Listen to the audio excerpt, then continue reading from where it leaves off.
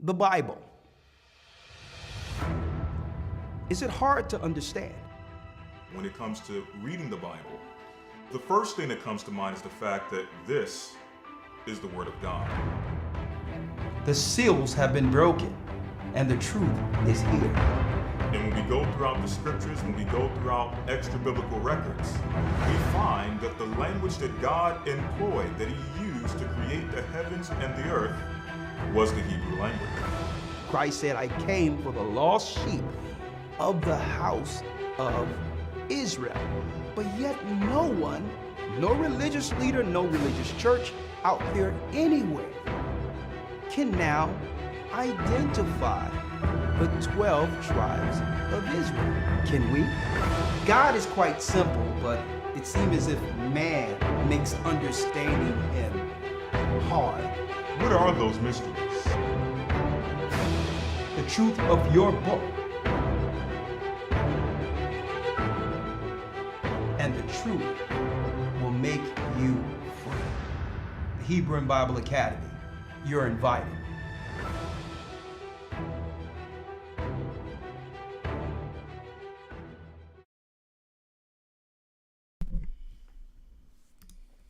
Let's go.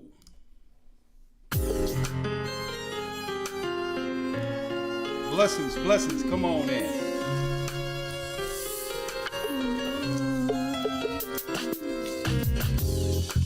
The East is where we're from.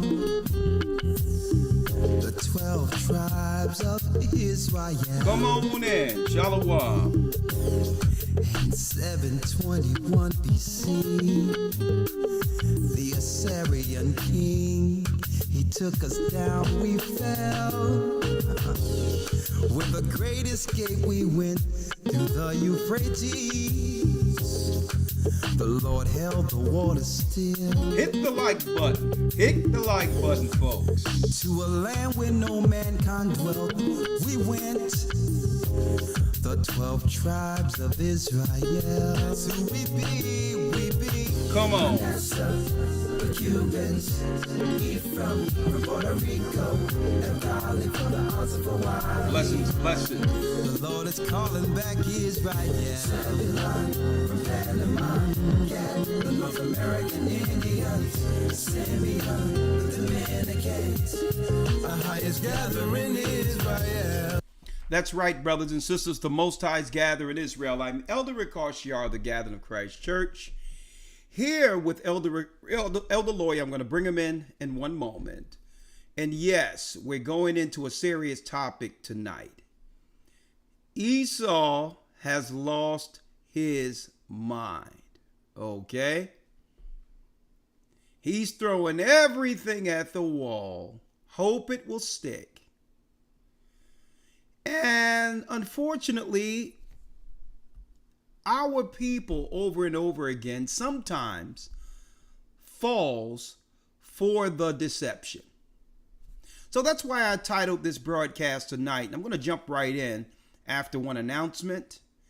When will God's people Israel wake up to the deception? When? When are we going to realize that the whole world revolves around us? The nation's focusing on deceiving us while extracting our spiritual gifts given through the Most High. Right? So, folks, this is why our people, God's people, are the focal point no matter where we are scattered in the diaspora. The Gentiles need us to survive, yes. But all in all, in order for them to take our power, our ingenuity, our spiritual gifts given, they must deceive us while extracting our power to utilize it for themselves, to give their families generational wealth. That's what it's about. When we wake up to the deception, eventually, Esau and the other nations, they'll change the game. But all in all, the more we understand what time it is, the more we'll begin to value what's in us to save our people. And that takes coming back to the Most High, getting on code according to the laws that were given to Moses and broken subsequent to that. For those who don't know, I am Elder Rick Carshar of the Gathering of Christ Church. I've been stomping for the Most High for a long time and will not stop this church until our King returns. This is where you come to get the true information prophetically and to connect the dots. And that way there'll be one faith, one Lord, one baptism, and we'll be in one mind to prepare together for what's coming through those doors. Now, before I jump into our broadcast tonight, when will our people wake up to the deception? Let me first announce that we are going into week 4 of your Hebrew and Bible Academy. And it so happens this week, since we're going into deception this Wednesday, it's time to expose who is Edom and go into the religion of the Edomites. Okay? So we're going to show you that Esau rules through deception. That's his religion. That's his government. His power is deception. Why? Because he's the smallest out of all races of people on the earth. So when you're the smaller number, you must utilize all others through a divide and conquer strategy to stay the what? The majority power over the earth. Okay? But the Most High is breaking it. We're no longer falling for their deception. And yes, Hebrew and Bible Academy, you don't want to miss it, but we'll expose the truth of Edom. Anybody tell you that the Europeans are Japheth, stop looking at them, please. They're off the mark all the way. What they don't realize is Esau assimilates himself amongst every culture to hide his true identity and to hide himself according to prophecy so that we don't understand what's truly going on in the earth concerning his power to utilize and gain power over all the earth. So Edom must operate invisible. Anyone telling you that they're Japheth don't understand that Esau's greatest gift is to assimilate. All right? Did Esau identify as Japheth before? Absolutely. The same way he joined the Dawes Laws in the United States and now identify as North American Indians. Okay? So, all right? So, if you think that those casinos and all that's going on those reservations belong to North American Indians, you have another thing coming, okay? It's called $5 Indian. Look it up. Esau came over here from the dirt fields of Ireland and all that, and in the areas, in the impoverished areas of Ireland. They were paid to come over here to be the immigrants during the time after Reconstruction. And what Esau did is nudge them. Amalek nudged them and say, yeah, brother, there's land we made in a treaty with the North American Indians who are the Gadites, where we must give them land for only $5. Nudge, nudge, wink, wink. So I'll tell you what. Throw a little mud on your face. Build yourself a teepee. And dance around a totem pole with war paint. Fill out the Dawes rolls for $5 and we'll give it to you as a hookup as long as you allow us to establish businesses on the reservation. See? Esau took white people, brought them over, gave them all the benefits to slight the children of Israel who are already here in the Americas, who are from the tribe of Gad. And they're doing the same thing right now again under immigration. Okay? So that's how Esau does. They assimilate. And it's about consolidating power, bringing in the New World Order, and they don't care who you call them. They don't care what you call them, as long as you don't identify them as Edomites. See? Because Edom does what? When you go into the prophecy, it exposes their true intent prophetically. It actually highlights why they were actually created. So no one can tell you more about Esau than the God who created him. This is why they don't mind being recognized as Japheth. We're in the Bible where it says Japheth was going to rule the end of the world and all that. No, Japheth are the dark Asians who originally inhabited Europe, the other side of the Mediterranean. They originally had Italy and all that until the wars. What wars? Many wars between Esau grandchildren who end up taking parts of Syria and all that. And then subsequent to that, the Edomites began to do what? Under Alexander the Greek.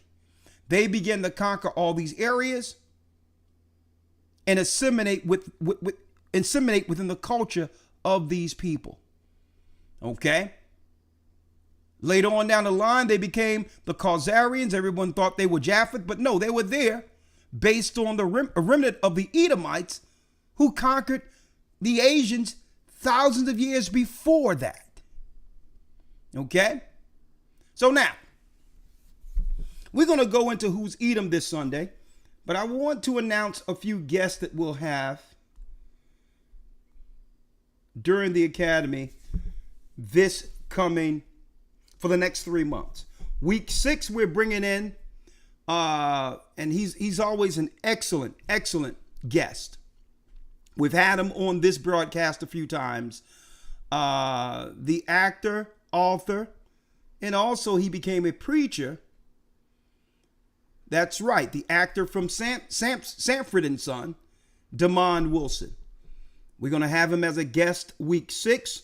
He has a serious prophetic book that was out years ago that's groundbreaking because he said a lot of what we're going through now. He put it in a book around 2000. And a lot of people don't even know.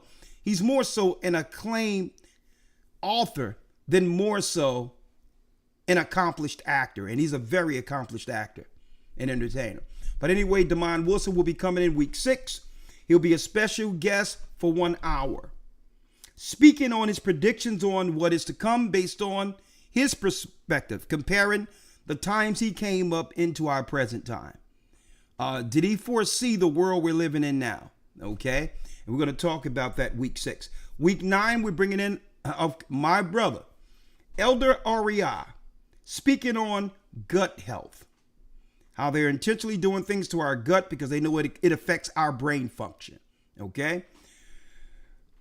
He's going to bring insight on using brain food and the connection between the brain food, the good food, and getting our guts together so that our brain works as the Most High intended.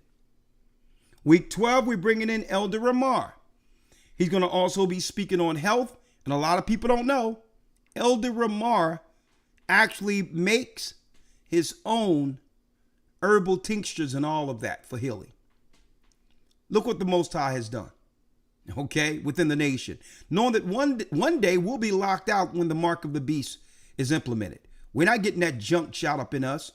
So that and more we'll be discussing in the Hebrew and Bible Academy. It's still open for enrollment. Go to historytimes.org to enroll. Let's get into the lesson. Let's introduce first Elder Lawyer. Shalom, Elder Lawyer. Shalom, sir. How you doing? I'm doing well. Let me bring you in. Hold on. Let me see what I can do here because I'm going to see if I can bring you in through another. 1 second. another audio source. Even though that sounds okay, I think I have a better audio source for that. Let's see. Speaker JBL. All right, try it now, another lawyer. All right, shalom, shalom. How you doing, sir? Hold on, that sound bad. Say it again. All right, shalom. Okay, I'm gonna trash that. Let me go back to where it was. Speaker Mac Studio. Say something, other lawyer. All right, shalom, shalom. How we doing this evening? We're doing pretty good. One more again. Come on. All right, shalom, shalom. Test it. Mic check 1 2. Shalom. All right, it gets no better than that. How you doing, young man? I'm doing well, sir. I can't complain at all. All right, let me get this thing off the screen. Let's go in. Let's go in, man. Let's go in, Elder. All right. When will God's people, Israel, stop falling for the deception? Now, first and foremost, Elder, I'm shocked at this point with the fact that you were able to come in and actually assist me this evening.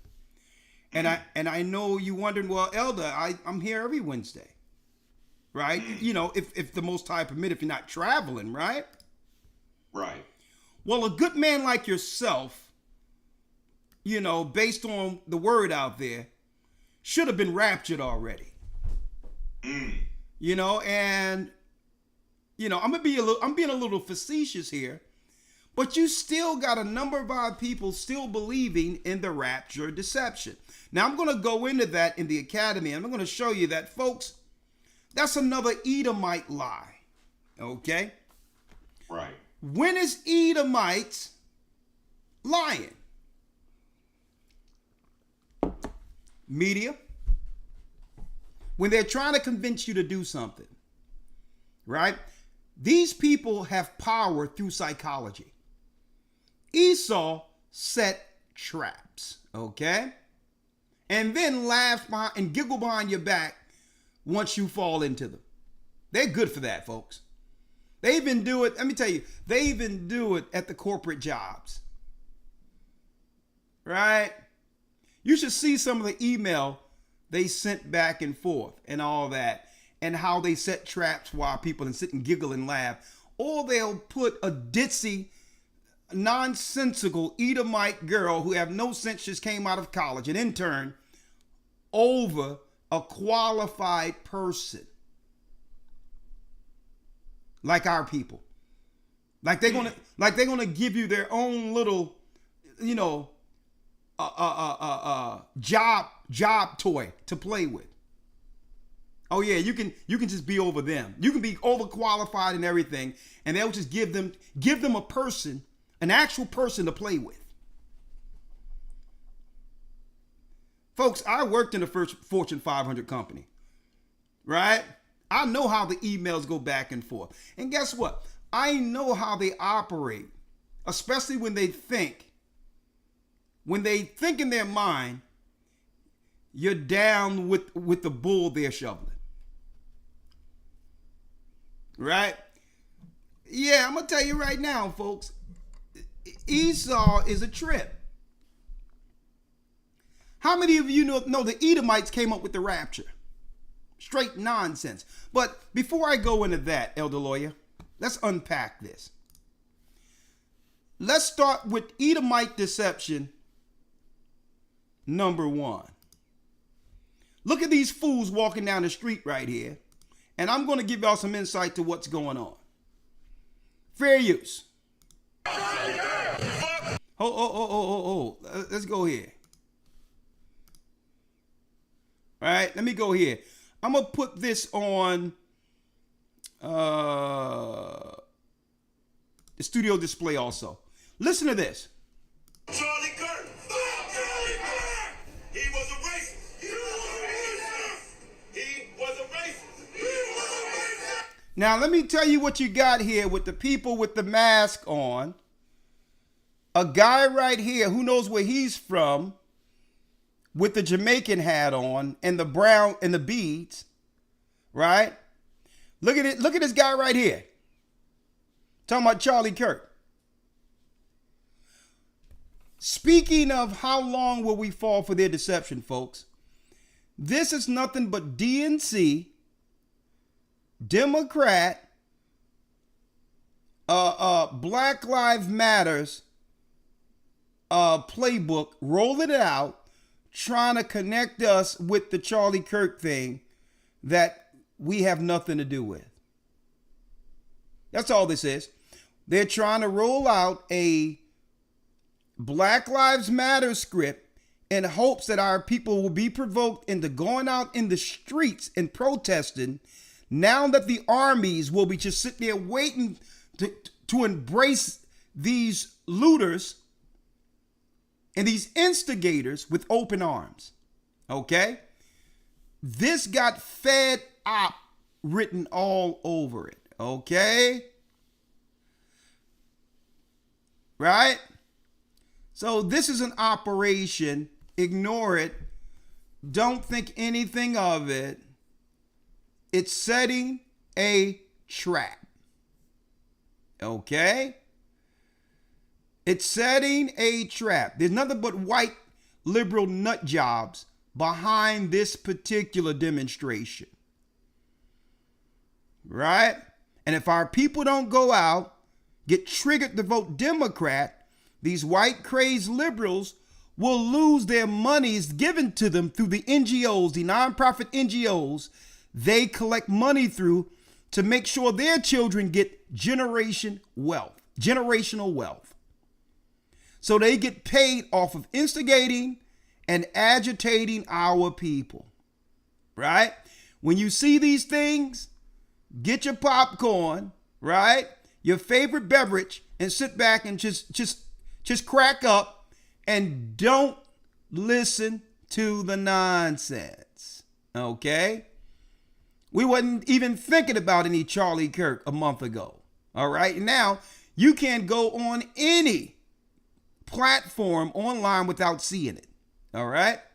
So what you do, ignore it, right? You with me, Elder? Ignore it. They showed a story of a black guy getting hung in a university. I don't believe anything coming out of these universities, okay? This is where they get their radicalized satanic nut jobs to drive the youth politically, and usually it hurts our people in the long run. So if they say a black guy got hung, guess what? If it didn't happen to you and you didn't see it, ignore it, okay? I'm going to show you how to get through Esau's traps, right? Okay, so here's another, they done squeezed, the white nut job Satanists have squeezed everything they could out of the Black Lives Matters lemon, okay? But here they go again. He was hating. He was hateful. Justice for justice for. And what they probably did, got this guy out of a corner somewhere. No matter where they got him, probably raised one of these crazy white families. And they be doing all types of things to these these kids over these crazy liberals. Or, who knows? I gotta admit, sometimes, Elder Lawyer, our people can be they can be purchased for a small, a small stipend. Right. Right? Who knows? Probably, $15,000 and 2 cartons of Newports. All right? 2 cartons. Yeah, it sounds about right. 2 cartons of Newports. About $15,000, $20,000. Get him out there, because you got to have a black face in front of it. All right? Just to get it cracking a little bit. All right? And who knows? Probably parole expunged or something.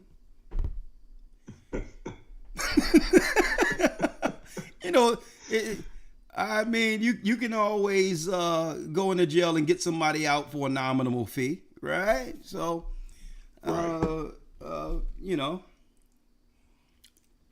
2 cartons of Newports. menthol works it out. A little parole and about 15 to 20 grand. Right? Usually you can get this thing popping. Right? So let's talk about Esau's character real quick. Brothers and sisters, you're doing a great job holding the line. Okay? You know, swipe, keep on swiping when you see stuff like this. And anytime you hear that something happened and the bullet had inscriptions on it, okay? Just say, listen, just turn the page, all right? What they're trying to do is, in any state, tighten up gun laws where people will not be able to protect themselves while they're giving what? Firearms to a lot of the foreigners who joined the military during the time that Biden let them into the country. So they're disarming citizens of the United States, but putting laws on the books where what? You got it. Laws on the books that will stop you from being able to protect yourself from the foreigners they let over here. Okay? So let me show you real quick. They went and got T off the corner and say, man, listen. All right, we're going to hook you up. We're going to give you some parole. We're going to give you 2 cartons of Newports. And we're going to get 30 people behind you. You know, LBGTQ is all attached to this too, folks. But they, you know, they've been getting that work. So they just in the background right now. They've been getting that work. So, you know, they say, okay, we done ran the black woman thing into the hole. Black women that lost their jobs and all that and realized they've been double crossed by the same crazed satanic white liberals. So let's use a black guy this time. You know, we already had the NFAC, the Not Effing Around committee during Black Lives Matter. Esau say, let's see if we can use that script. Right? Y'all think I'm joking? That's a real organization, folks. The NFAC, baby. The NFAC. That's a coalition right there. You know, shaped out of Black Lives Matter, Black nationalism, Black separatism, something that's made out of a Hollywood script. And the leader of the NFC was John Fitzgerald Johnson. That's right, Grandmaster J. Okay. Was his operative, his alias name. Right? See, you see that ounce in the middle of that? That's serious. See that ounce right there? The only thing truth about this is that eagle that you see around it. Because it's Esau who created the NFAC, all right? Let's get this thing right. That's right, man. That's right. No justice, no peace, you know? You know, we're going to get these Negroes stirred up. It was a militia group. Let's get these black folks stirred up in here, lawyer. That's right, the NFAC. If that's not an operation, I don't know what is. And look at their leader. Look at their leader. Uh-huh. There it is. There it is. Let me show you. There it is right here, baby. The NFC leader speaks currently legal status, hip hop and guns. It's like, you know, some white nerds, Amalek came up with this guy. Hey, what you think appeals to the blacks? There was a group called Grandmaster Flash. And Jay-Z is popular too. Hey, I got it. Let's put it together. Grandmaster Jay will be the military leader, the militia leader that will lead Black Lives Matter to victory. How was that? How do you like that? You think the Negroes will go for that? So where are we going to get Grandmaster Jay? Well, we got a guy we can parole and, you know, give him $35 and you know, get him in the work release program and give him $35 an hour. If he act right, he get that ceremonial 2 cartons of Newports, right? No justice, no peace. Huh? Like, yeah. See, that's how Esau does it. Right? So let's talk about it. This is how stupid they think our people are, folks. Just listen, and guess what, folks? They're not even trying to make these stories they putting out. They're not even trying to convince people it's true anymore. It's as if they want you to know that we're just using these stories to come after you, and there's nothing you can do about it. Oh yeah, by the way, the perpetrator. The perpetrator had a trans girlfriend, and when he climbed down, he made sure he left the shells of his bullets on the side, right next to the building, that was inscribed that he's coming after MAGA.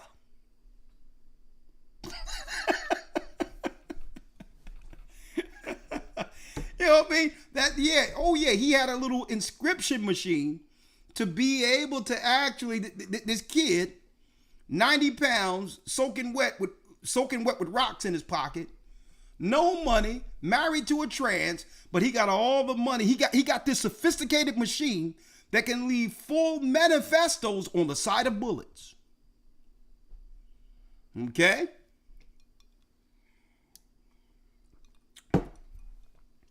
So let's go into it. Let's go into Esau's character, Elder Lawyer.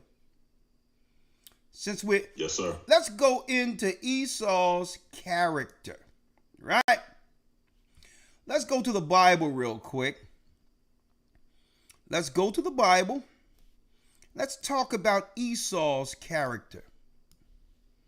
Because he's always trying to deceive people, right? Right, all right. So, Job 13:4. Let's read it.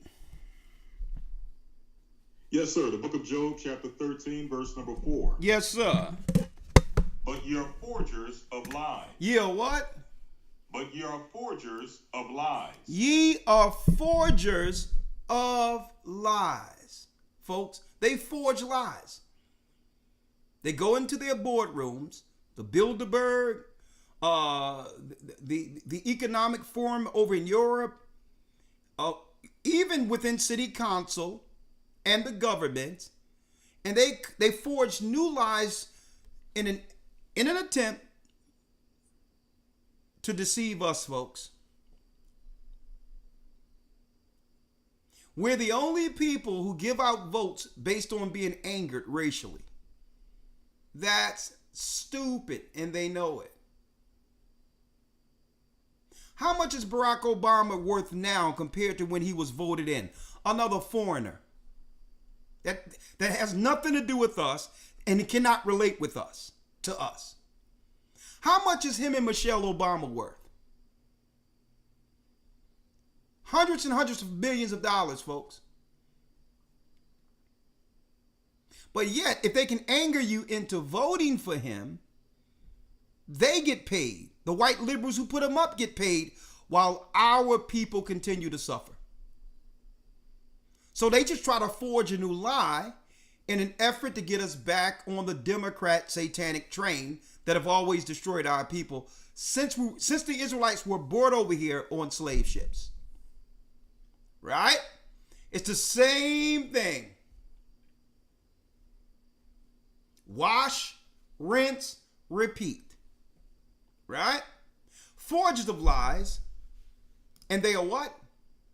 Ye are all physicians of no value. And they are physicians of no value. You very rarely hear Christians and people going into this Bible reading the scriptures where our God is telling us not to trust them. Now, people try to claim that the Bible is a white man's book. All through the Bible, God tells us not to trust them. They are physicians of no value. Why? Physicians were normally in the past, in ancient times, physicians use herbs to heal people. But their physicians is of no value. What good is your physicians if you're on a medication for the rest of your life? I need y'all to think about this, folks. I need y'all to think about this. Who do you go to for something, for a service that they get paid high-end money, and there's no consequences for failure? There's no consequences for doctors failing you.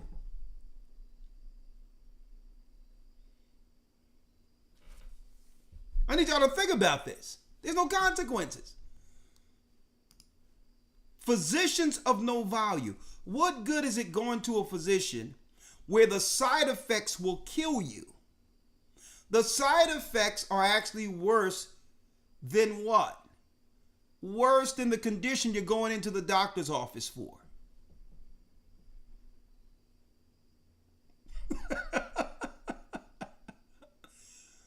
You go in there,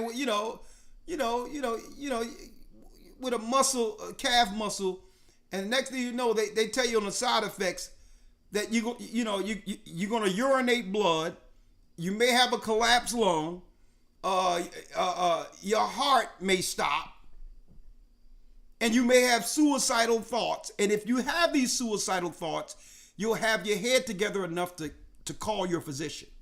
Okay? No problem. So they are forgers of lies. And what is God telling us when he says you are all physicians of no value? We have to really put an eye on what their physicians are in place for. Look up eugenics. eugenics. They turned eugenics into healthcare. All right? To justify using our people as human guinea pigs. All right? But that's a whole nother broadcast. We're going to do a broadcast on eugenics, which is another biological tactic of Esau against Jacob. We are Jacob. The powers that be, the Europeans, aren't from Europe. They're from Mount Seir. Later they went to the Caucasus Mountains. They are Edomites. Okay? Now, Esau is known as what? Right? Elder Lawyer, if you will. Let's now get Genesis 25. But we're going to go more in depth on Esau this coming weekend, this Sunday. All right? When you go to Genesis 25, it talks about Esau who came out red. Right? Right? Esau came out red. Let's start at the 22nd verse. You right? Yes, sir. Do me a favor, if you can, Elder Lawyer. Bring your microphone a little more close to you. All right. Is this better? That's 100% better.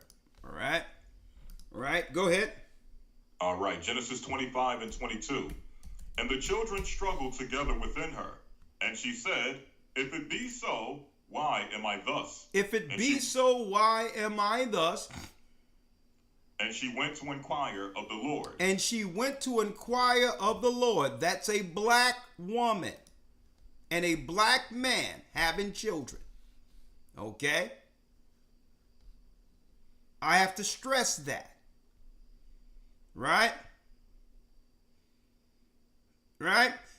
It says, and Isaac entreated in the Lord for his wife because she was barren, and the Lord entreated of him, and Rebekah his wife conceived. Read. And the children struggled together within her, and she said, if it be so, why am I thus? And she went to inquire of the Lord. She went to inquire in the Lord.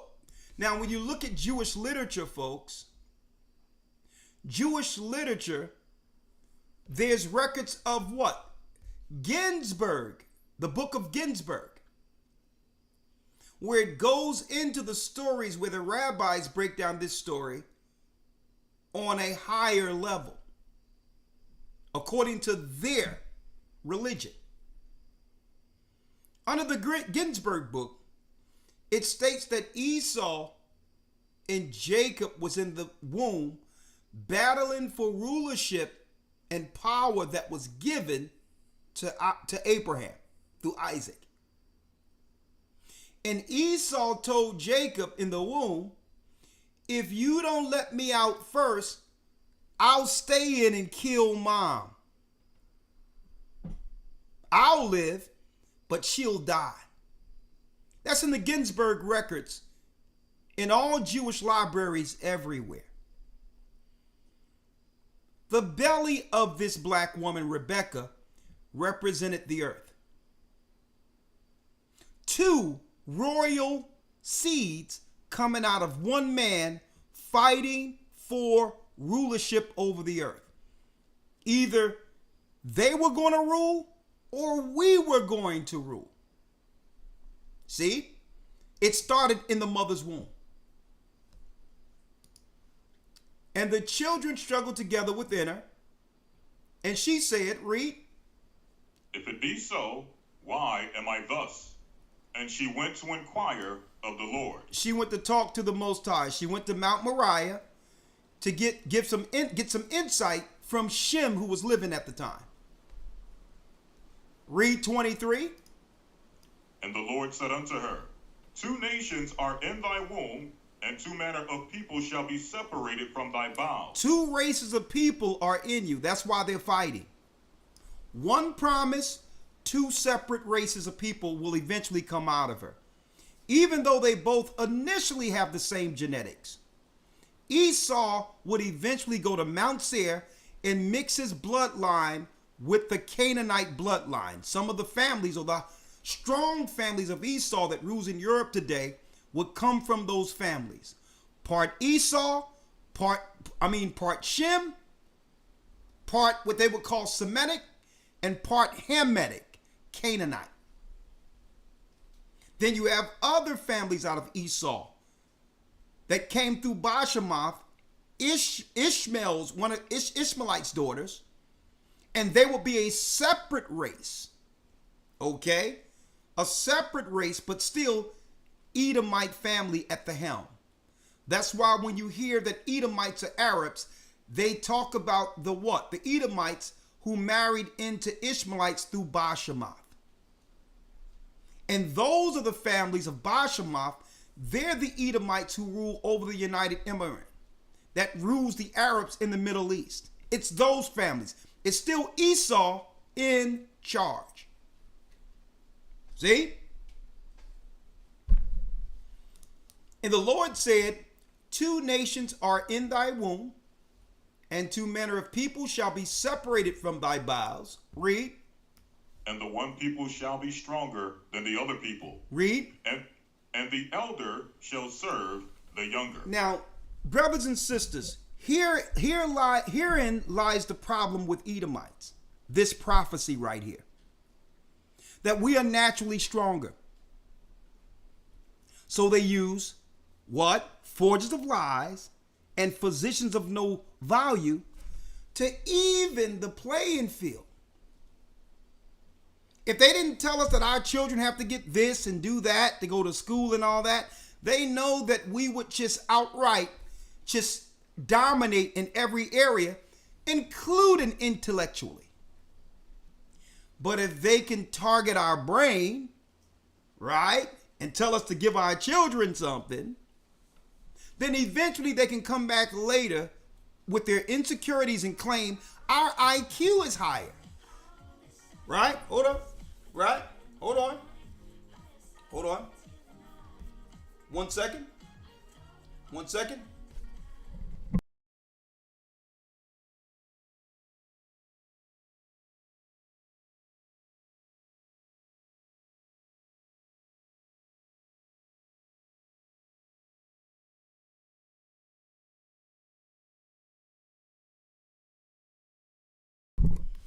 Yeah. So what they'll do, brothers and sisters, is they'll mess our children's brains up, bring their nut job liberals that usually live amongst witch covens and are Satanists, make them our school teachers, right?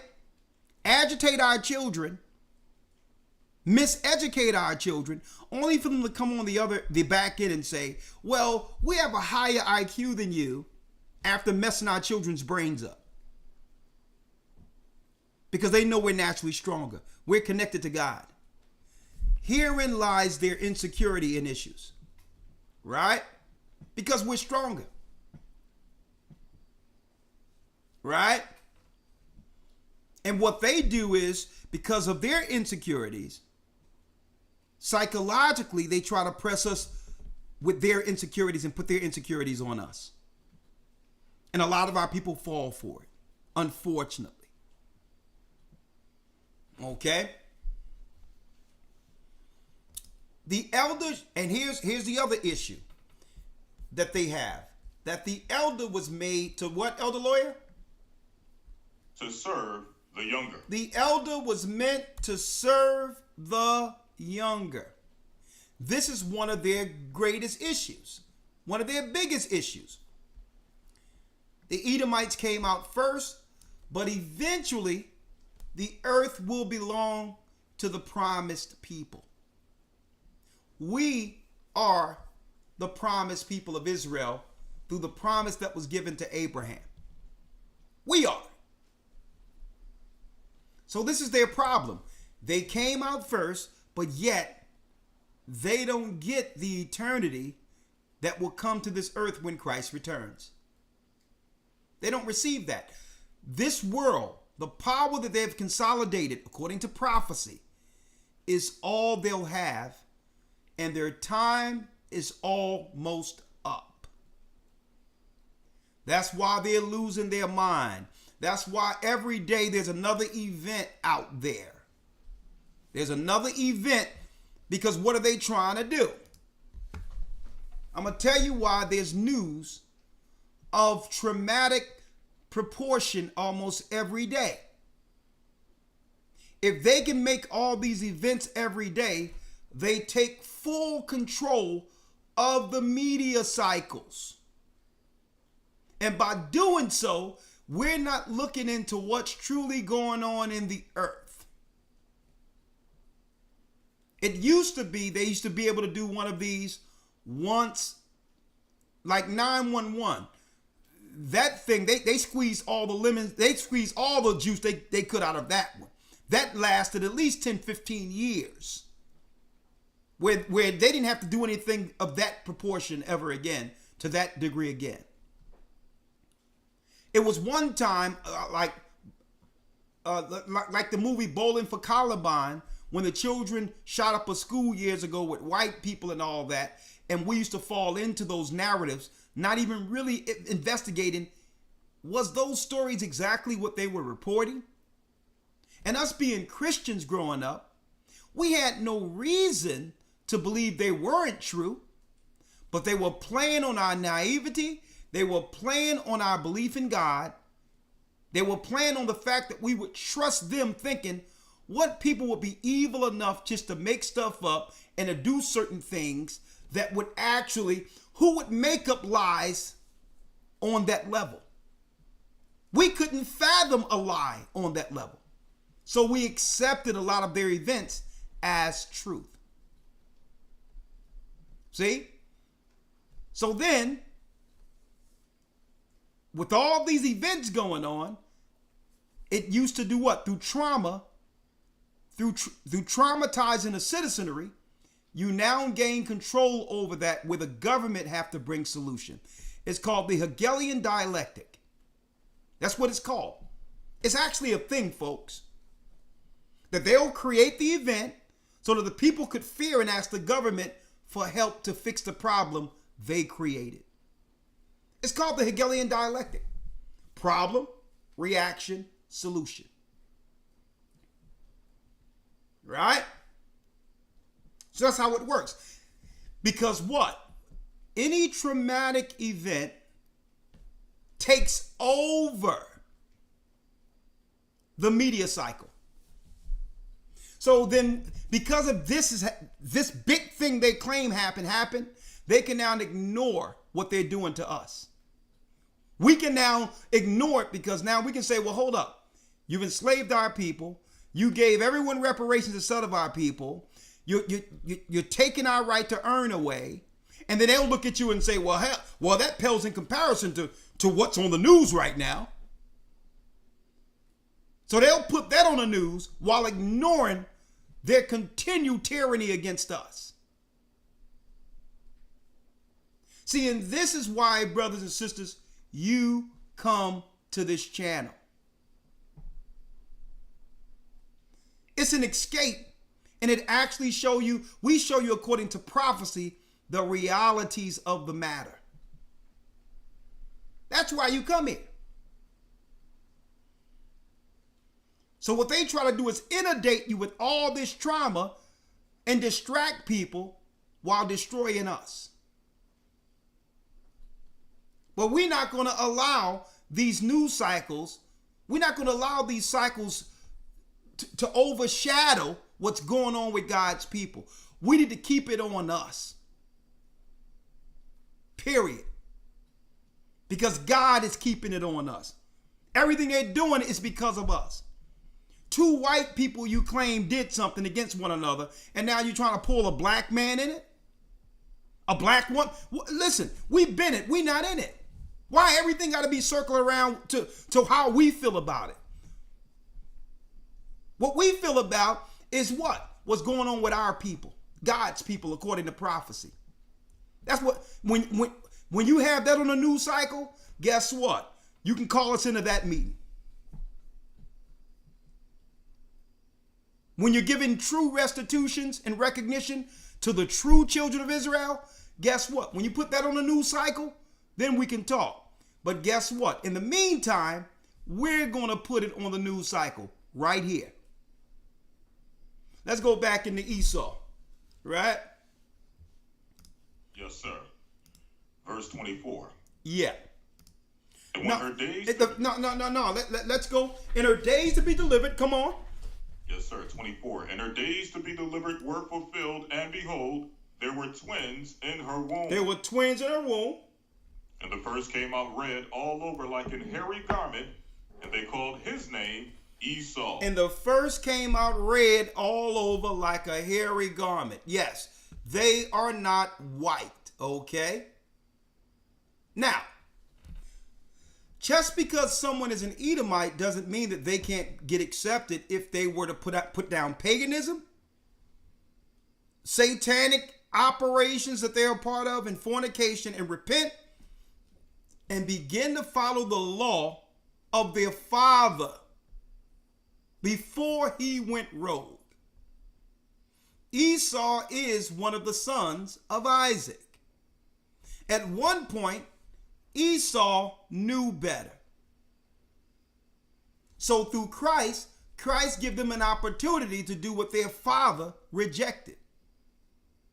To follow the truth. But know by following the truth, that prophecy stands in the future. The elder shall serve the younger. I didn't say it. God said it. God said that one day Esau would have dominion. And we have no problem with white people ruling because God gave you the dominion. So now you're not going to have no problem now that you done tanked the whole earth and tore the whole earth down to crap. Don't try to blame us now. This is the world you built for yourself. Okay? This is the world you built for yourself. So don't try to blame us. The crap that this earth has become, that's one thing I'm thank the Most High for, Elder Lawyer, that they can't blame this on us. Right. Every time you look, they're talking about fixing something they broke. Oh, global warming, we got to do this, we got to do that. All the stuff they broke. And try to claim that we all need to be on board with helping them fix what they broke. No, thank you. That's one thing you can't do. They try to blame us for all types of stuff. But the conditions of this earth was placed under Esau's hands. Okay? The first came out what? The first came out red all over like a hairy garment. Red all over like a hairy garment. Now we're going into this weekend, but I need y'all to look at this picture right here. Is this guy white or is he red? Now it so happens when you look at the bottom of the page is white. The shirt collar he has is white. Is this guy closer to his vesture, his robe, or his collar? Look at his hands. Look at his face. Look the characters next to him. And what you got to do is watch out for those kids in the midst of it. Red all over. So they can't hide themselves. So you can't tell me they're not Edomites. The Bible describes them. And they mixed with leprous Canaanites and brought forth the royal families and the elite Edomites that we see over in Europe today that makes the 10 horns. You want that history, that information? Come on into the academy. You'll get it this Sunday. These are Edomites. All right? Now, Elder Lawyer, one other thing about Esau is his pride, right? Let's now go to the book of Obadiah. The book of Obadiah, right?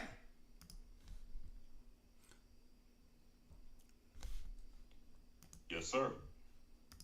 I'm there. Let's start at the first verse. And the Obadiah is only one page out of the Bible. But it's one of the strongest prophetic books within the whole book. Like, it's so profound that Obadiah doesn't need more chapters. It's so profound. There's only one chapter in the book of Obadiah, and it's so profound that it doesn't need anything outside of the one chapter. Identifying Esau. Now, Elder Lawyer, this is deep. Do you know that I have generation pastors on either side of my family going back to slavery? Right? And I'm thinking being raised in Christian churches, Pentecostal apostolic faith. I'm coming out of the church believing that I knew the Bible. Do you know when someone introduced the book of Obadiah to me, coming out of Christianity, that I had no idea where the book was? And I looked at the book like, what is this doing in here? All the years being a Christian, going back generations, none of us knew anything about the book of Obadiah. And I believe that was intentional. Because Obadiah identifies Esau. Right?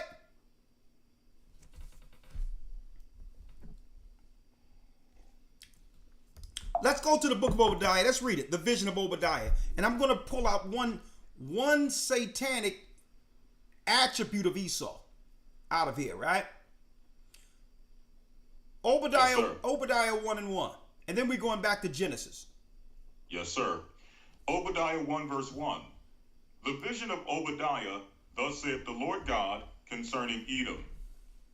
We have heard a rumor from the Lord, and an ambassador is sent among the heathen.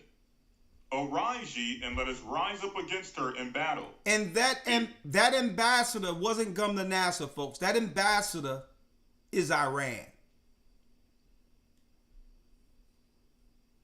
The final war before the whole earth locks down. And guess what? The whole COVID lockdown for all the earth was really preparing the earth to be locked down for the war when Israel engaged against Iran. Right? So while we're looking at Charlie Kirk and all what they're doing to do what? To take over the media, to take over the media lines or the media's, I would say, headlines throughout the earth. No one is talking about what's going on between Israel and Iran right now. No one is really concentrating on the fact that they're still wiping out Gaza. You notice that? So a lot of these events we're seeing in the United States is really to control the media output so that people are not looking at what's going on prophetically. Huh? I'll look at 1 minute of what news they put out there, and I know exactly what they're talking about as far as, and I know when it's an event to distract people. We have to become what? We have to be savvy, prophetic thinkers going forward. Anything in the news, we have to ask, how does this fit in prophetically with what God said? Or are we being what? Are we getting diverted and deceived by Esau? See? 2, behold. Behold, I have made thee small among the heathen. Thou art greatly despised. They're the smallest race on earth. Out of all races, when you put them all together, they're only 7%. Compared to all the other races. Only 7%. So they're small. Being that they're small in number, then they must use weaponry. They must use bombs to make up for the numbers they lack. They must use bioweapons to harm people, to get to our children before our children get a chance to grow their brains and their bodies to understand why they were born at this time prophetically. So because Esau is small, he must use bioweapons, physical weapons, as well as psychological warfare. He must lie and deceive based on his numbers. See? If he had the numbers, then he would use the numbers to do what? To execute his will against people. If he got the numbers, he don't have to deal with all these other what? Clandestine tactics. If he got the numbers, he would just engage you and just take what he want and not ask any questions. See? But he's smaller, so he have to use all these other tactics. See? Psychological warfare. And on all his maps, he make England look almost as big as the United States. On all his maps. You can put all of England in Connecticut. The whole England you can place within Texas. Okay? So they must deceive. Part of their thing is deception based on the fact that they don't have the numbers to exact their will like they would like to. Right? 3. The pride of thine heart hath deceived thee. Thou that dwellest in the clefts of the rock, whose habitation is high, that saith in his heart, who shall bring me down to the ground? Who shall bring me down to the ground? So this is Esau's biggest problem. Pride. When in wisdom it tells us, pride cometh before destruction, and an haughty spirit before a fall.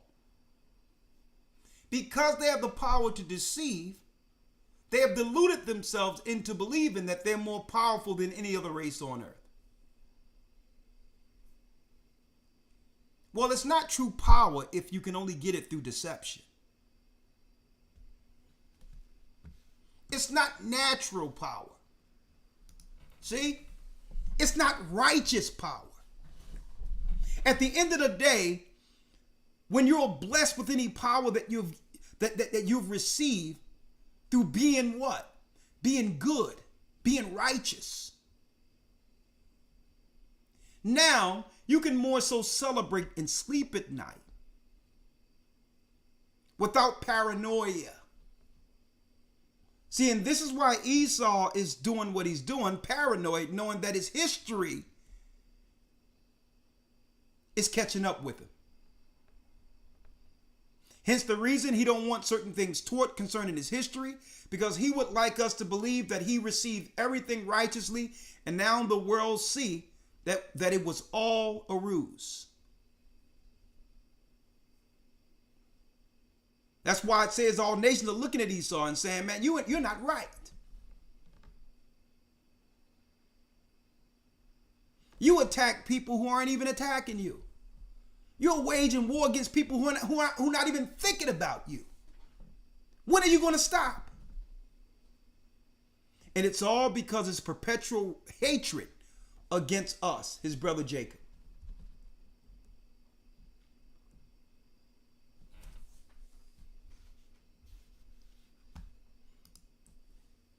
Let's go into his main tactic.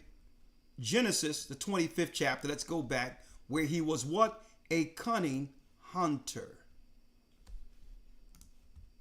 Yes, sir. The book of Genesis, chapter 25, verse number 27. 27. Thank you, Elder Lawyer. Read it. Yes, sir. And the boys grew, and Esau was a cunning hunter. And Esau was a cunning hunter. Folks, this is his main superpower. Only through God in the Bible can we identify such a character. Without the Bible, he would have remained the invisible man. Right? He can use Hollywood, Celtic wood, magic wand to make any of us believe he'll be anything that he appears to be through Hollywood. Right? A magic wand. Hollywood was what? The Celtic wood that the Druids in England made their magic wands out of. It was Celtic wood. But now we are now identifying, according to God, their greatest superpower. Cunning hunter.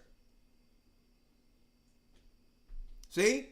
But in Hollywood, they can make themselves out to be anything they want. Hey, why can't we be anything we imagine? That's what they'll tell you. Hey, I know I'm not Asian, but I'm the last samurai. Okay? Right. I'm the last samurai because I said so. I'm Iron Eagle. I'm over the top. See? I can use Hollywood to be anything I would like to be. I'm Top Gun. I can fly planes and maneuver it. And all of those maneuvers, folks, came out of our people. That's right. The Tuskegee Airmen was flipping planes that wasn't made to move like that. And that's where they got all those maneuvers from. A lot of people don't even know this. They're like, man, we didn't make these damn planes to be able to do this. That's what happened when Jake get in it. We start dancing with the planes. I'm Top Gun. I'm the last samurai. A matter of fact, even though boxing, some of the greatest boxers came out of Philadelphia. Meldrick Teller, Bernard Hopkins, Joe Frazier. When you go to the art museum, guess who you see being worshipped as an idol? Rocky. Adrian, I did it, Adrian.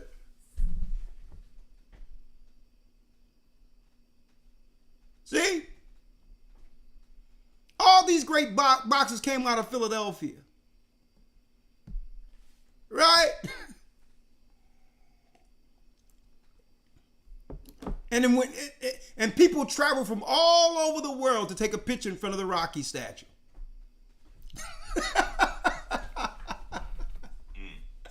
Right? I need y'all to check this out. Right? And even that fight that just went down between Elder Lawyer, you a boxing connoisseur, the last two people that boxed. It's about Terrence Crawford and Canelo Alvarez. The whole hype of the fight, without people even knowing it, you know there was a racial connotation to that. The Mexican who like a white redhead white man. Right. It's the same thing, that racial tension that no one truly understands. Well, what is at the heart of all this? We're reading it. Right? Yeah, my man came with the Philly shell. What was his name? He came out a little after To my Floyd Mayweather. No, it was the guy before Mayweather. What was the guy that had the shell? What was his name? His name was Pooh something. I forgot his name. Okay. I forgot his name, Elder Lawyer. You the boxing guy. You watch it more so than... You're not talking about Pernell Whitaker, are you? Pernell Whitaker. Pernell Whitaker. There you go, young man. Pernell Whitaker. Yes, sir. He had the shell with him. Yeah, all these great boxers, when people come to Philadelphia, take a picture with Sylvester Stallone, right? Right. So This is his greatest. And guess what? I don't downplay when any person have been given gifts and talents of excellence. It's not like there weren't any great white people or great other races who've accomplished things. But I'm just showing you an example. How Esau can use Hollywood and become everything. Right? To downplay Jacob. To downplay Jacob, his brother. And it says, and the boys grew, and Esau was a what? And Esau was a cunning hunter, a man of the field. A man of the field. A cunning hunter, and he liked to hunt. He out there with bow and arrows. Hey, to get a deer next to him, Elder Lawyer, I don't know if you know where to purchase some deer pea spray. You know where to get that at? Well, sir. You ain't going to Amazon a bottle of deer urine spray so you can get next to those deers? Man, Hades, no.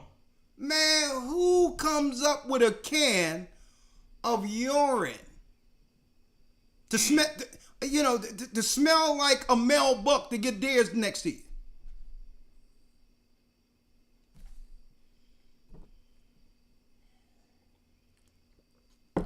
In a can. Oh yeah, honey, I'm going out. I'm gonna bag me a buck. And you would think a woman would be like, hey, you ain't coming to my house smelling like that. No, she's the one spraying it on him. Yeah, honey, turn around. Turn around, honey. Yeah, let's get this thing popping.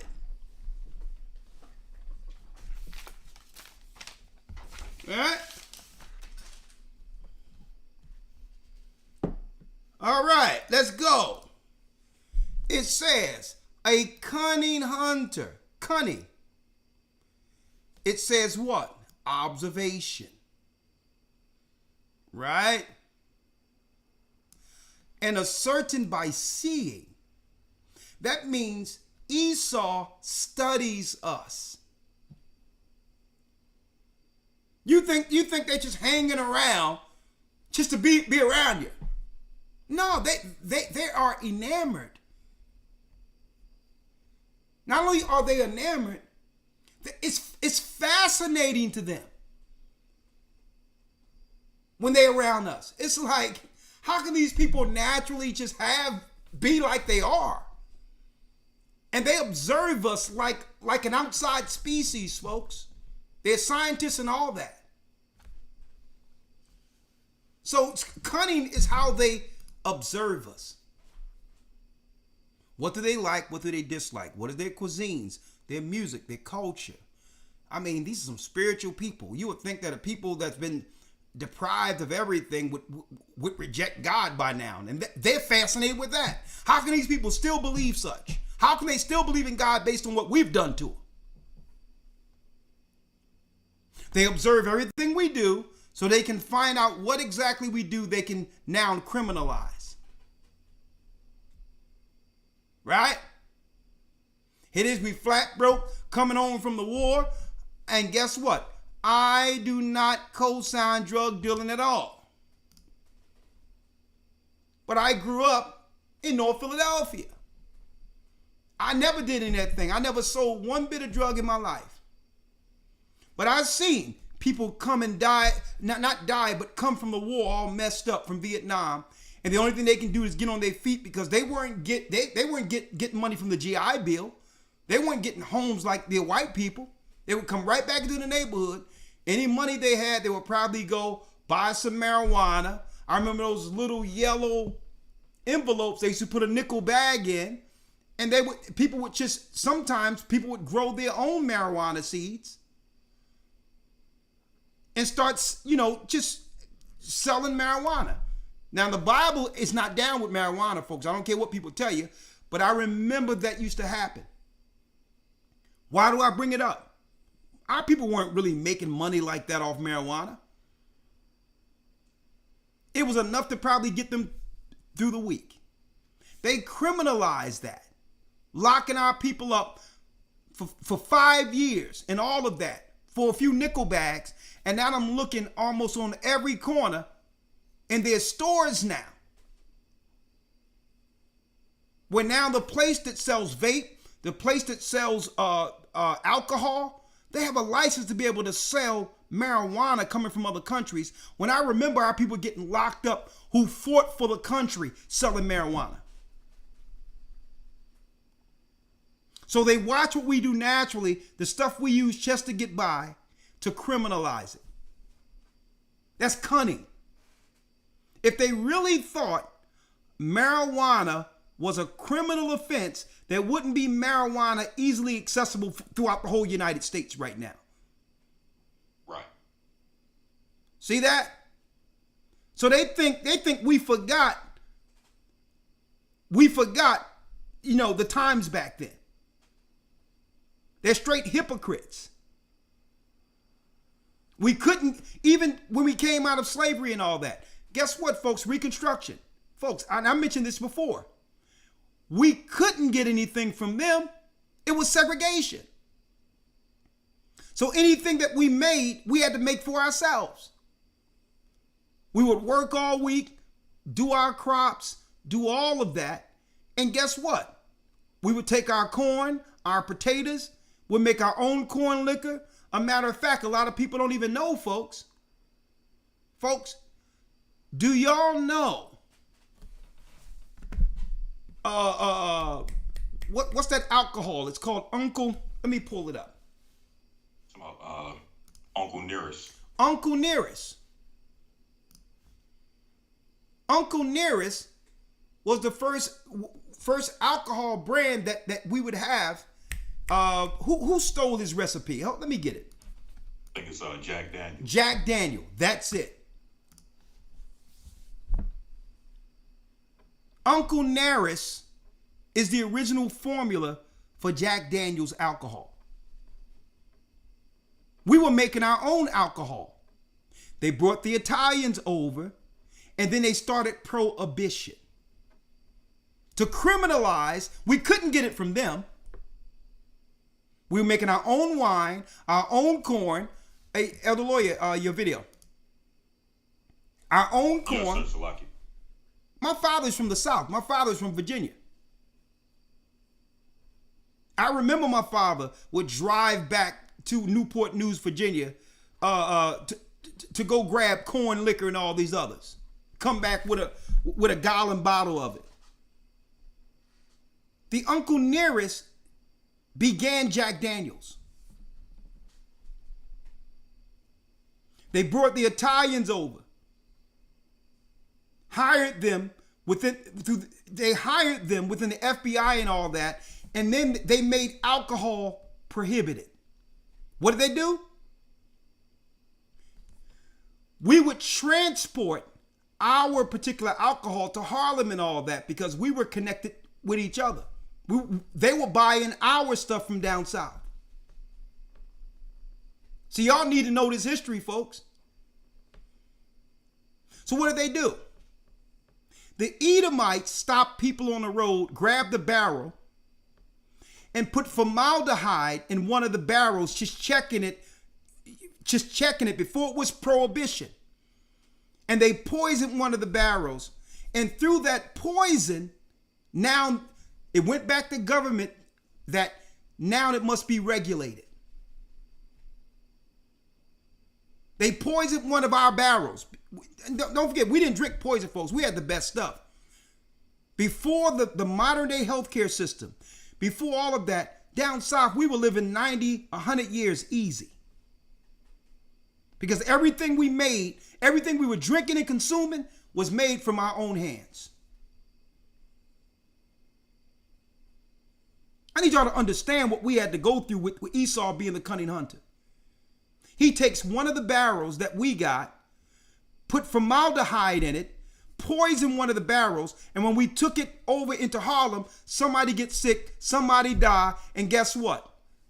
Law enforcement is right there to now use this as a law to make prohibition, to where now the Italians and the other white people can now control the alcohol market because we were making the best stuff. We were making the best stuff. Everything we do, they examine and criminalize it and then take it for themselves.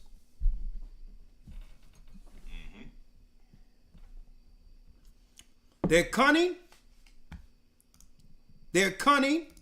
and they are what? It says Esau was a cunning hunter. A cunning hunter, a man of the field. That means what? The chase. Esau is about the chase. Keeping Jacob on the run. And you know what it tell you? That word, tasayad, it says game. This is a game to them when they play with our minds, play with our psyche, play with us medically.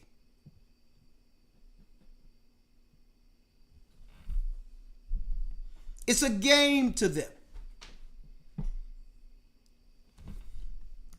So, the question we have, knowing Esau now going into it, lawyer, when will God's people Israel wake up to the deception? Huh? Let me give you some more of what Esau done in this earth to deceive people religiously, right? Politically, they'll pay somebody like this, like I said, a few cartons of Newports and a couple of $1,000s to go march to get us out in the street. These jobless low. No, I ain't trying to hear what you got to say. Let's get here real quick. Fuck Charlie Kirk. Fuck Charlie Kirk. He was a racist. So now they'll use little pawns, the Democrat Party and others, immigrants. They'll put all these people together so that they think that we're going to see this and go out and march with 30 misfits they paid right here. So they try to trick us politically, right? And what they'll do, you see the white woman, racist he was, right? So she's triggering our women and others to go out into this spectacle that the Democrats have created. All right. So politically, they try to deceive us. We're not going for it no more. Number two, spiritually, they cannot control us because we found that their Christian doctrine is a bold-faced lie, a ball of confusion, a ball of hell. The Bible is fine. Our people are fine. But Esau is crazy. He had no business dealing with our Bible. Okay? And because he was dealing with our Bible and our people don't know any better, you had our brothers and sisters in Africa who believed that the rapture was going to happen today. Here it is. There it is. Huh?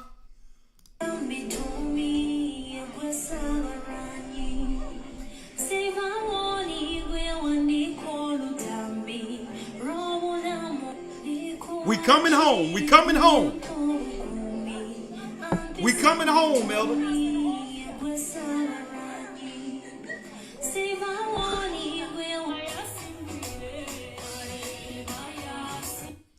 Folks, they've been playing in our face with their false doctrines for years. This guy went and got him some excess water to walk the journey for the rapture. If you think you coming home, you don't need none of this. Look, all the way going back there, folks. Look, all the way going back here, folks. You got a bunch of our people going to a mountain, and Esau is cracking up because the rapture was a lie created by two satanic perverts who are Jesuits. Okay?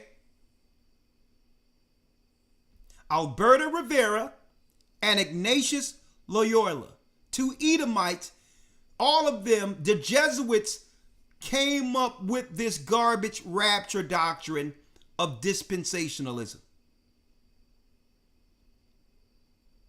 It's not in the Bible at all. Zero. When it says our people will be caught up, that's the last trump. That's when Christ returns, folks. There's no story in the Bible where there's a church that's floated up, then an antichrist come out for 7 years to put the people under the mark of the beast, and Christ come back at the end of the 7 years. That's dispensationalism created by crazed nut jobs. And now they got our people today. And guess what? They did this before, folks. In the late 1900s, another perverted freak by the name of Charles Taze Russell, okay, the father of the Jehovah's Witnesses, took all of his people to a mountain and claimed Christ came to a mountain, and he said he was going to return back then. These Edomites are good for this. Now, some people might ask, well, why would Esau do this being the cunning hunter? What happens, Elder Lawyer, to the faith of all these people? When they believed Christ would get them out of their impoverished condition, September 24th, what happens the next day when they realize, or what they thought? And what happens to the faith when they believe that their God left them here? Right. If they lived all their life for that moment, how many of them are going to just walk away from the Bible altogether, believing that the rapture actually came from the Bible? So this is the spirit that leads to what? Non-belief. A shaking of faith. That's how Esau benefits. Now he can get Jacob, what? To walk away from the only book that could expose him.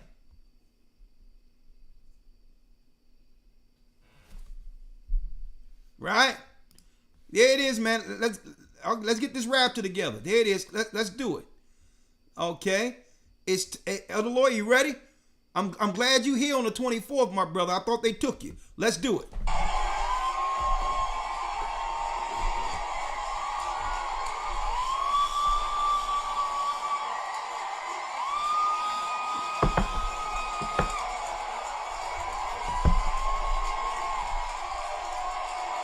Elder Lawyer, you probably don't know what's happening, but they screaming for Christ to come grip them up. Don't pass me by.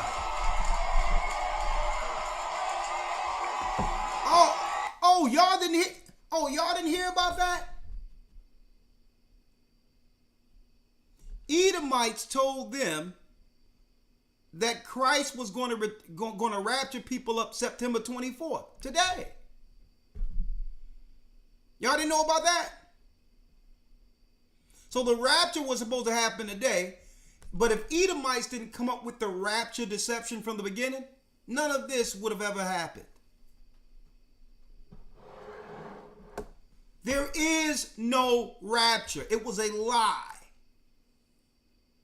Right? Let me show you the creators of the lie, if you will. The creators of the lie was who? Let me get it here. Here's the creators of the lie right here. Y'all, get in that academy, folks, because we're going into the rapture. This academy.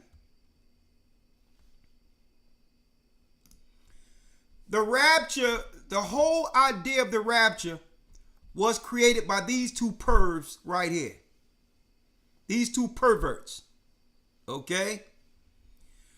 Jesuit General Ignatius Loyola and Jesuit Francisco Ribera. Right? Now,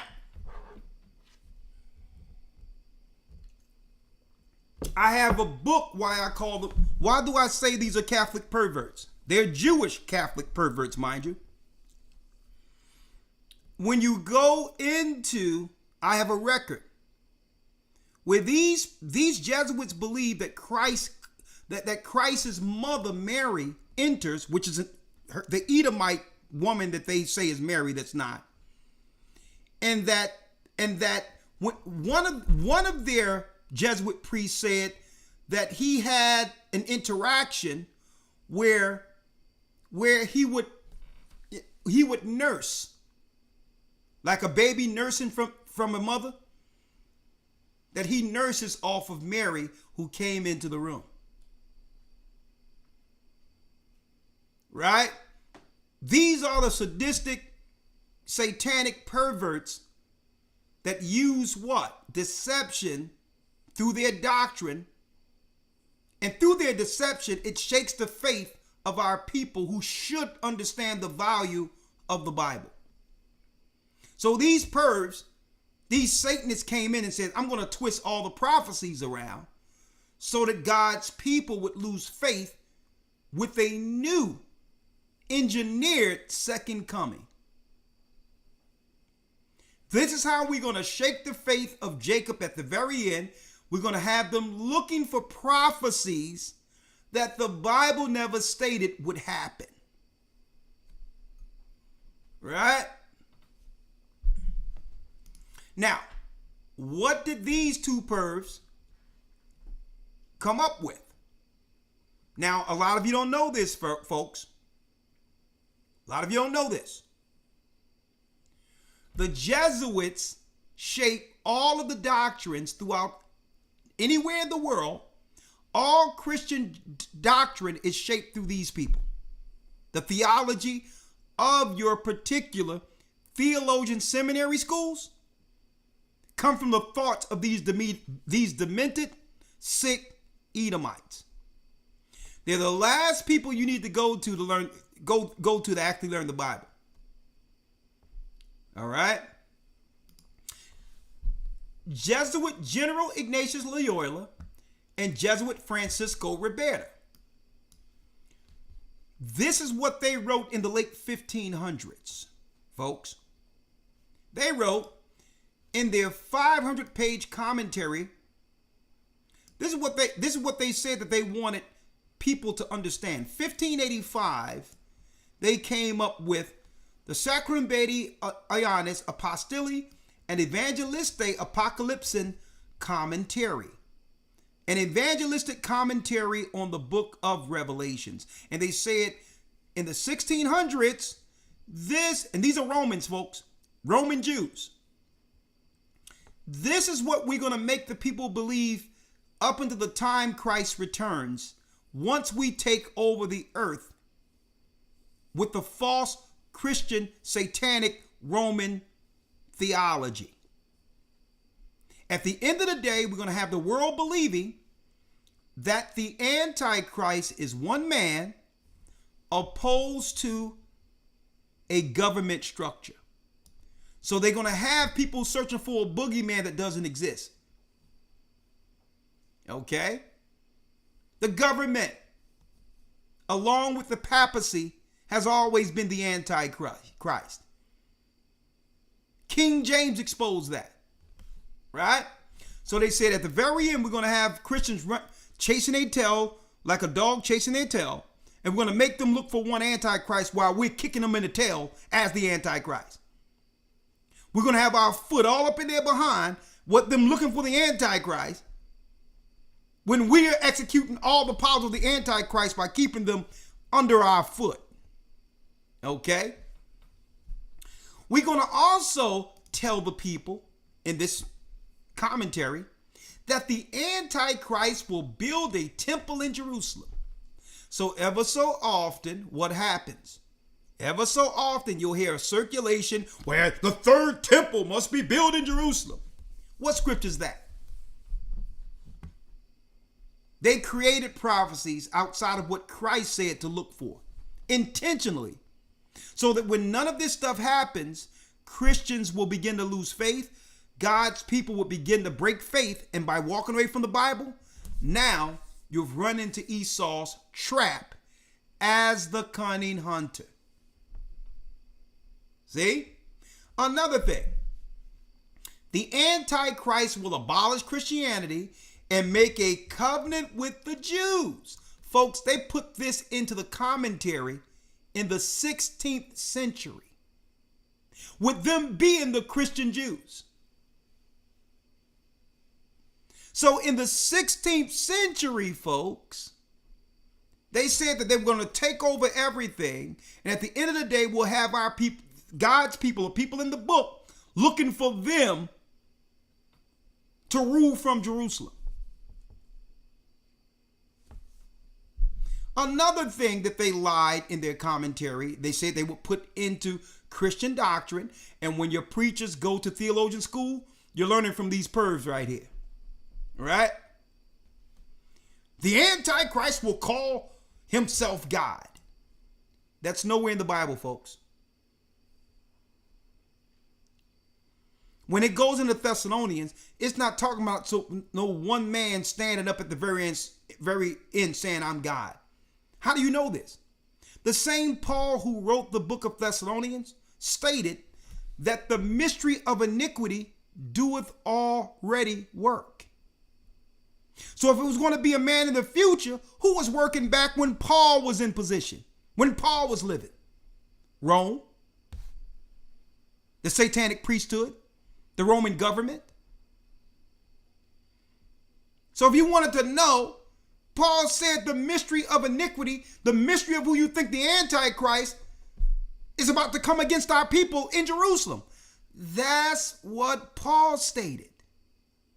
But the last place you would look for Edomites is within the 12 tribes of Israel. Remember earlier I was telling you how Esau assimilates with other cultures and other races of people and ethnicities? Well, he was able to hide himself by claiming to be one of the tribes or any of the tribes. That was the last place you're going to look for Esau is within Jacob.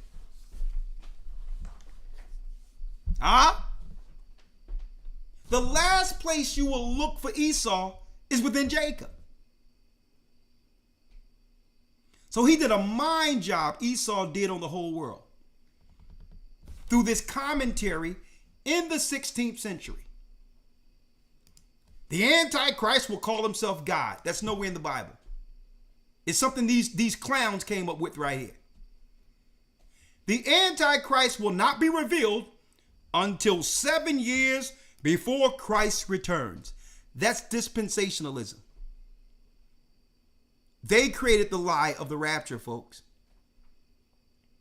So when we were enslaved, came out of slavery, by the time the churches were set up in the Western world, in order for us to get the what? The credentials to preach, we had to learn this nonsense. See? And this nonsense really took steam during the 80s and 90s of our time. They started funding these Hollywood movies, Left Behind and all this crap. And who did it? Who did it? These dark pervs right here. These pervs right here. More Jesuits. More Jesuits right here came up with the movie in the production Left Behind. And even James Cameron, the star of these particular fake narratives, he tells people that the rapture is a lie, and he was actually what? He was actually characterized or rolled to do he was actually picked to do the role of the Christian in the movie.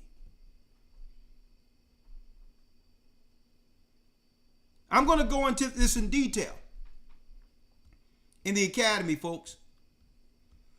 So let's see what else these satanic pervs, watch your kids around them, came up with. The Antichrist will conquer the world. The Christians or the church, here they go. Here we go, Elder Lawyer. Are you ready to go? Are you ready to go, Lawyer? Because the Christians or the church will be raptured into heaven before the Antichrist appears. So guess what? The Christians don't have to worry about the Antichrist or even fight against the evils in this world, because the Antichrist hasn't arrived yet. So they're making it where Christians don't have to do anything but live and go to church. There's no spiritual war they must fight, because they don't have to worry about it, because these Satanists told them that they're going to be floated into a cloud anyway. So what ambition you have to fight against evil, thinking that you're going to float away?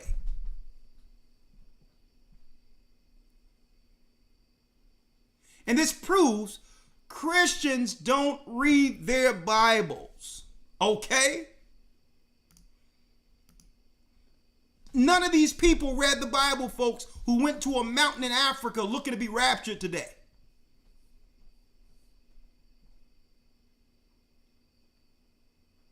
And what happens to these people now? They'll begin to lose faith and lose hope. They'll turn to Satan. They'll turn to witchcraft if they haven't already. They'll believe the Bible is a liar when it was these Satanists who lied to them. Speaking of lies, I'm going to come up with part 2 in a second. Okay? We're doing real good here. Man, we deep in numbers. We're over 2,000 right now. Hit that like button. Give me 3,000. Give me 300 more likes, because I'm about to show y'all something here, folks. Give me 300 more likes. I'm about to show you something, how Esau is the cunning hunter. There will be no rapture, folks.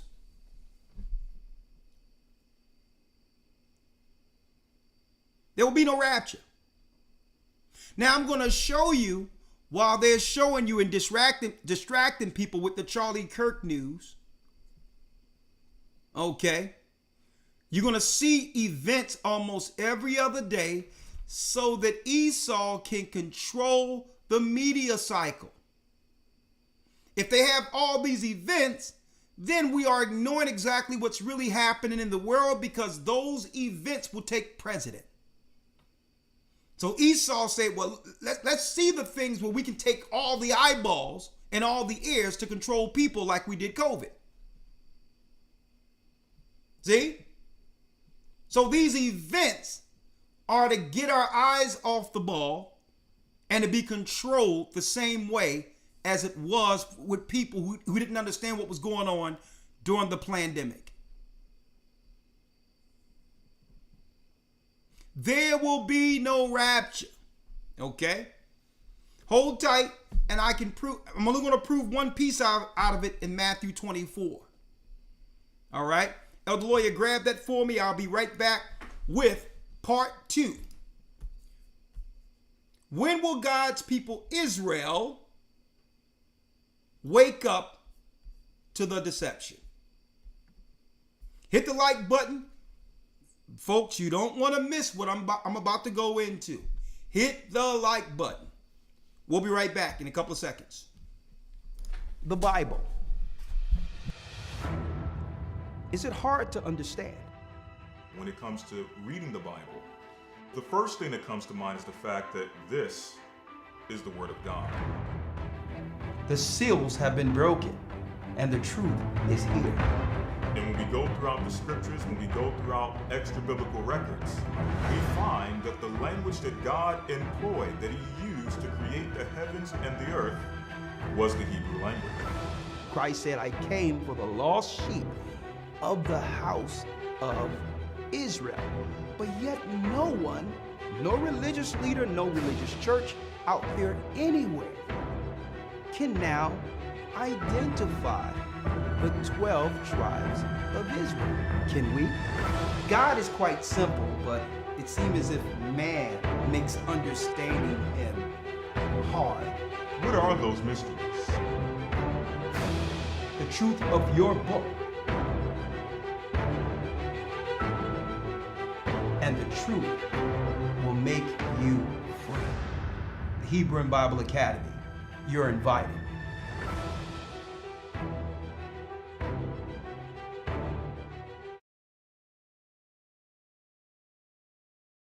All right.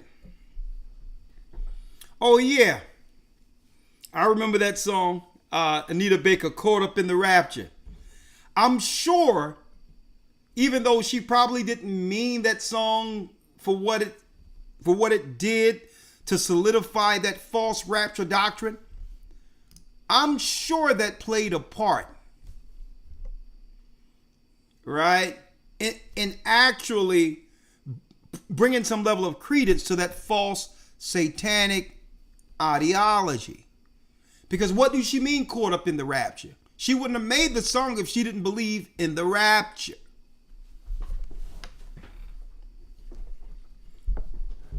Jesuit influence. I used to love that song too. Hey, Anita was that girl.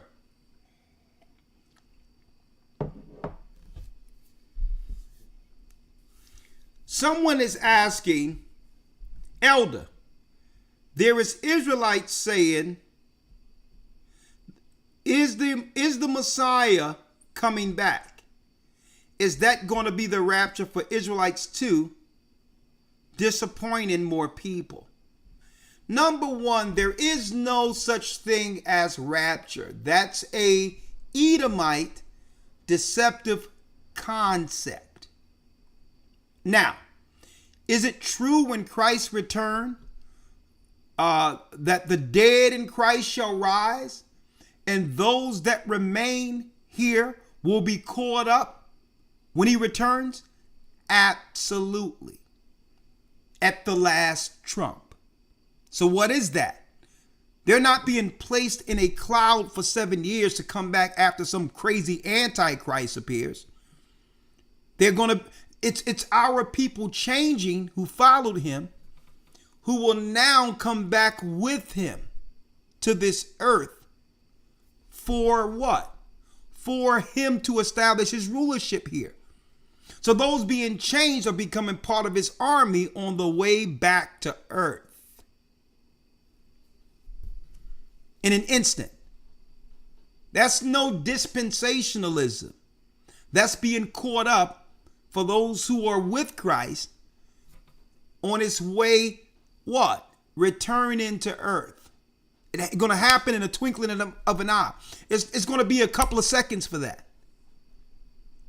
Okay? There's no 7-year period. It's a twinkling of an eye. Okay?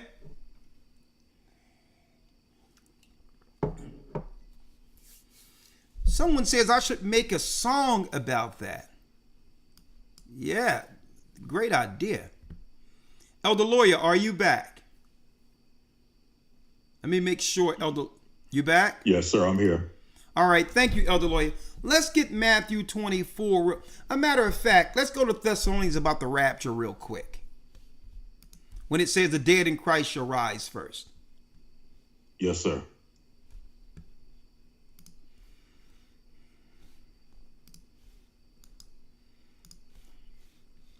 All right, 1 Thessalonians 4.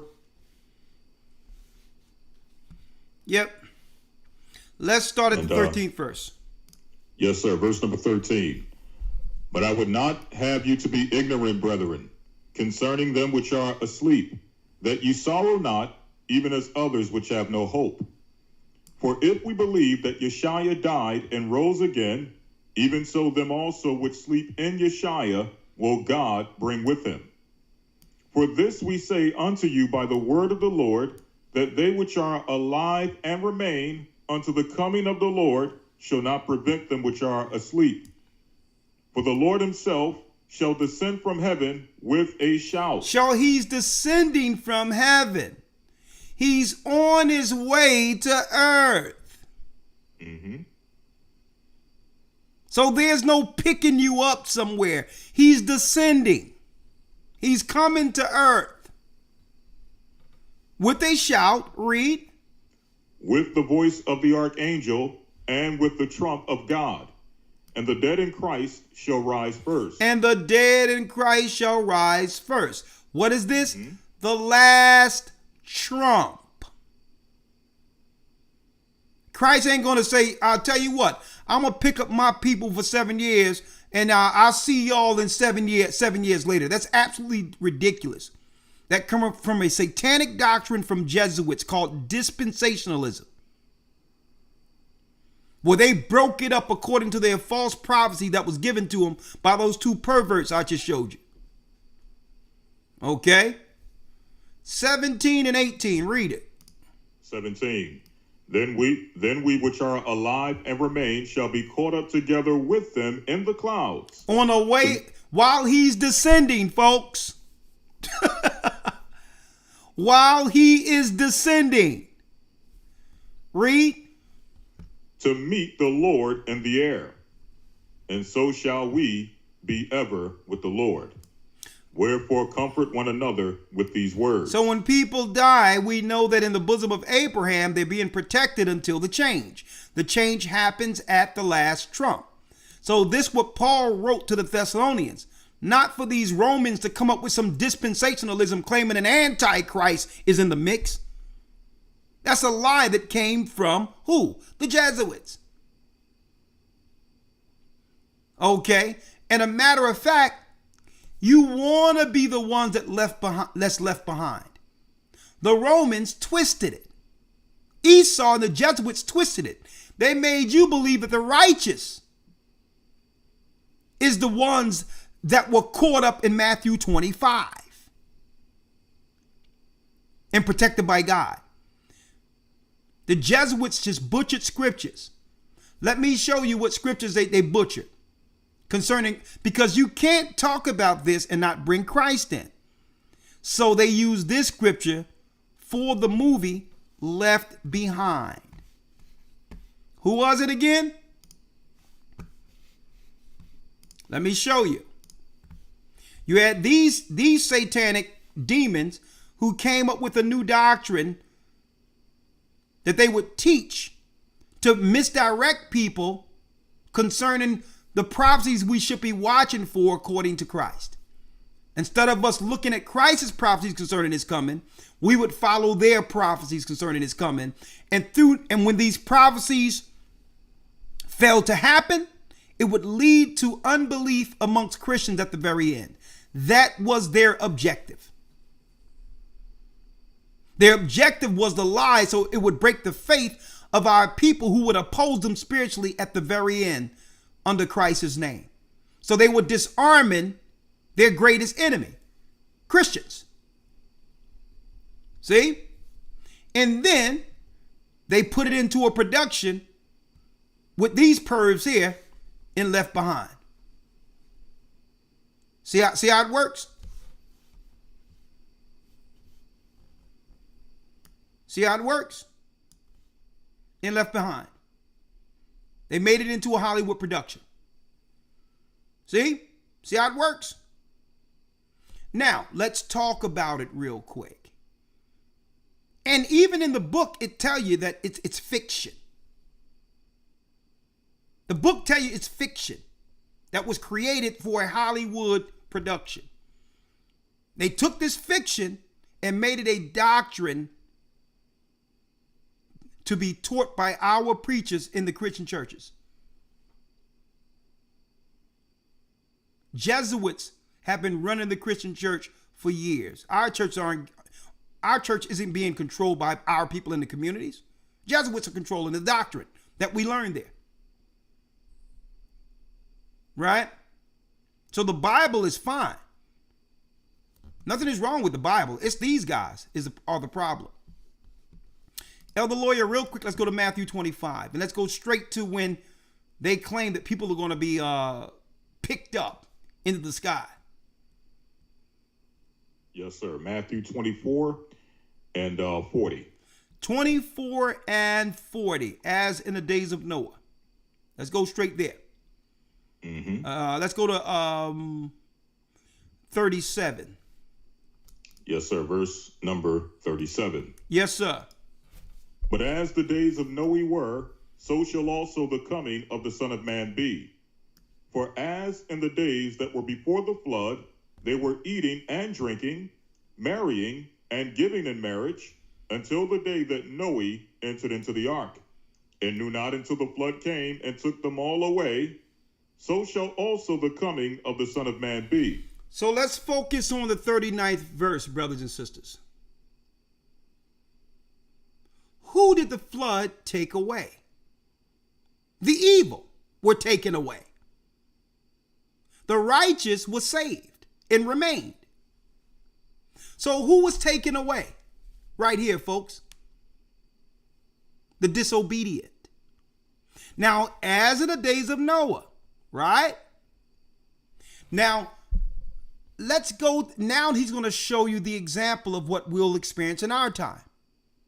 Comparing what happened during the time of Noah. The wicked people were taken away. 40, read 40. Then shall two be in the field, the one shall be taken, and the other left. So who's taken here, folks? The people who didn't listen. The ones that are left are the righteous. Like Noah was left. The Jesuits flipped this narrative to come up with the Left Behind movie and say that people are disappearing, which is the church. See? Two in the field, the one taken and the other left. The one that's left is the righteous, folks. These are the ones that will remain and be changed when Christ returns. So they flipped the whole thing and made it into people disappearing who are righteous, which is the church. And everybody who didn't repent is left on earth for the Antichrist. Straight garbage. The same way there was two people working during the time of COVID, right? Working together. And the people who followed Christ and wasn't listening to the satanic messaging continued. But the people who was listening to Satan's mouth were taken. See? See? How many people listen who are no longer with us? Listen to what they told them. They were taken. But the people who didn't listen to that garbage are still working. 41, read. Then shall two be in the field, the one shall be taken, and the other left. The other left is the righteous, folks. The ones who were taken during the time of Noah were the disobedient, those who didn't listen to Noah. Read the 41st verse. 2 women shall be grinding at the mill, the one shall be taken and the other left. The ones that listening to the Most High are those that are left behind. The left behind are the righteous. These demons who are Jesuits flipped the script and made a movie out of it. These devils here. And made Christians believe that Christ was going to come and rapture them up before an antichrist pops up in the earth. And that's why you have stuff like this going on. Africans going to the mountain. They're going to get raptured.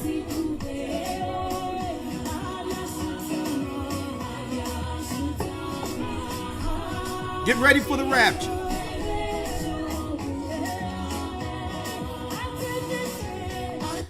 You're witnessing people in Africa who believe this false doctrine from those satanic evil people and was told that they will be raptured September 24th. And what happens when the clock strikes 12? These people in Africa, gathered in Africa, folks, ready for the rapture.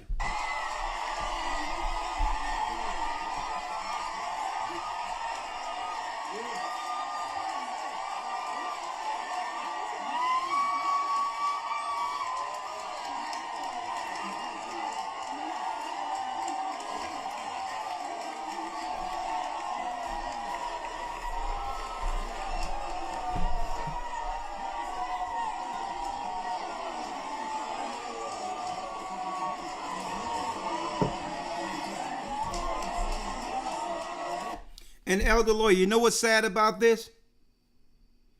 They wouldn't be out there if they truly didn't believe and trust in God and Christ. Right, exactly. But Esau, he want this to make us look like fools. He want these optics. Here it is, our people over there suffering with no hope and are told this. And guess what they're doing? They're out there showing forth their faith. It takes a lot of faith to believe that Christ is going to come and be there waiting for them. So they truly believe in Christ, and I'm sure Christ see their faith. And I know a lot of people are laughing at them and all that, but guess what? They've been lied to. And it's our position one day to make sure that information like this gets to them. It's our position to make sure that one day they're retaught, if they'll receive it, so that they can break the Jesuit spell that they have over our people. Right? And what scriptures can I go to on this? Well, Hosea 4 and 6. Let's get it. Hosea 4 and 6. Hosea 4 verse 6. My people are destroyed for lack of knowledge. Because thou hast rejected knowledge, I will also reject thee, that thou shalt be no priest to me, seeing thou hast forgotten the law of thy God, I will also forget thy children. He says, if you forget me, then now your children will be lost with no direction. Because we don't seek the true knowledge of God. We look for the people who've enslaved us, Esau the cunning hunter, and think that what? That he would actually teach righteously the truth concerning our condition. We trust that they truly believe in God, not realizing Satanists, folks, have made their way into authoritative positions and have deceived us. And that's why the Bible teaches us that we must what? Study to show ourselves approved unto the God. Now listen to these crazy Edomites. Why do you think the Edomites are all up in our space like apologetics and all that, trying to figure out what's going on with us when no one cares about them? They're losing their power. No one cares about them. I mean, I'm like, man, don't y'all have to go to a Catholic church to save one of these choir boys that be dealt with by some of these priests? Why are you worried about Israelites all of a sudden? With all this craziness going up in these Christian churches. You know why? Because guess what? The true satanic masters were forced to come from behind the veil now that the Israelites begin to bring our people through Christ back to him. That's why. The black preachers in the neighborhoods had no understanding on how to refute what we were teaching. And now the church is empty. There's no men in the churches anymore. So the Jesuits are allowing the churches to go because why? The women holds the purse strings and control the money anyway. That's why they've been holding on to the church, because the women have been paying money to the church. But no, the women are walking away from the church now. Our sisters, thank the Most High. The Bible says, my people are destroyed for a lack of knowledge, because they rejected knowledge. I will also reject thee. That's what's going on when you see this right here.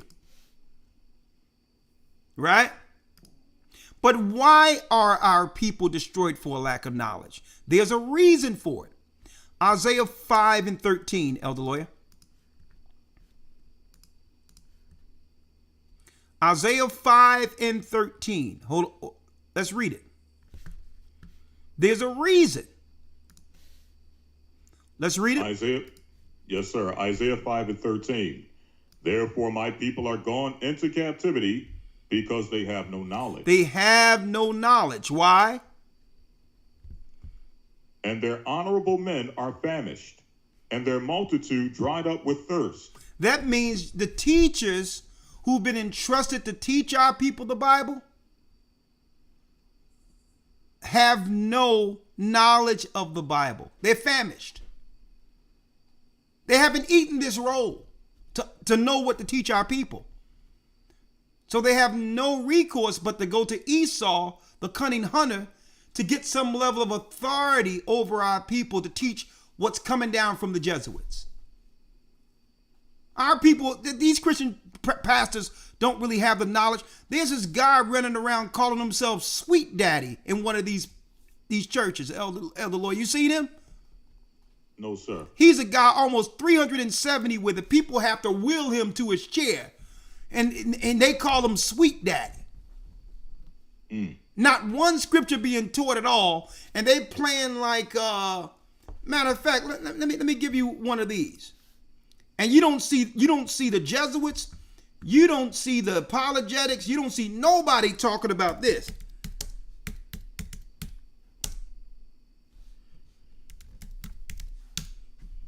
This is a hot mess.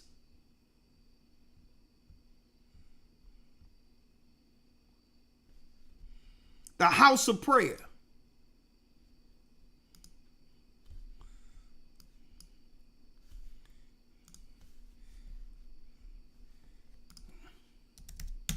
Our people are destroyed for lack of knowledge. House of prayer.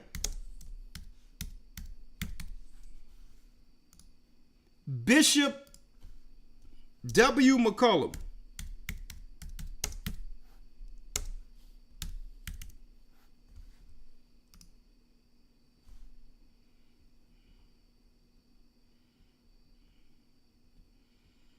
Where is it? This guy, man, I got to do a whole thing on this guy. Now, it's called the United House of Prayer for All Peoples. And he called himself Sweet Daddy. He can't even walk. He's about 400 pounds. And he don't even teach the Bible at all. But that's barely rules in here. I couldn't believe what our people are into.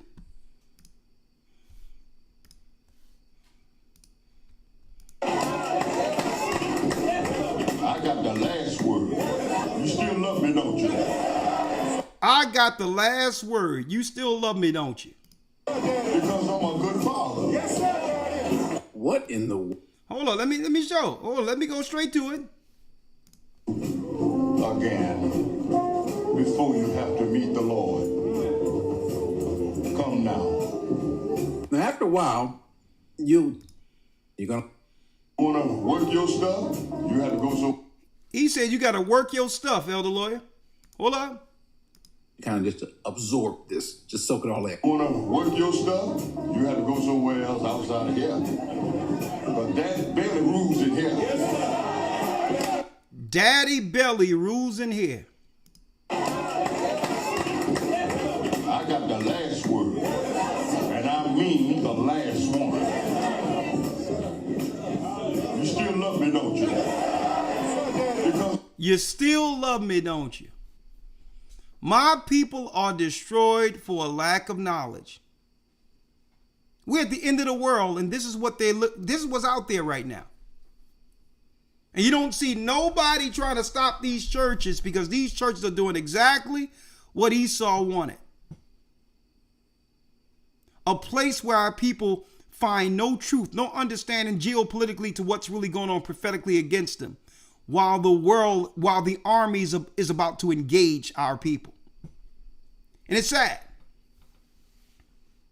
Now, Elder Lawyer, last but not least. Yeah, and by the way, he called himself Sweet Daddy too. This is stuff we caught up into. All right. Last but not least, Elder Lawyer, something quite interesting. Something that's quite interesting, Elder Lawyer. Before I open up the lines, y'all doing a great job at the like button. Man, I'm like, when is our people going to wake up? And I know living in a time of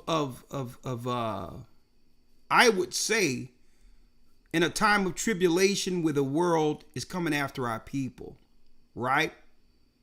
I don't blame our people who try to find a silver lining, something good to hold on to have some level of pride for themselves, right? I don't want to discourage that.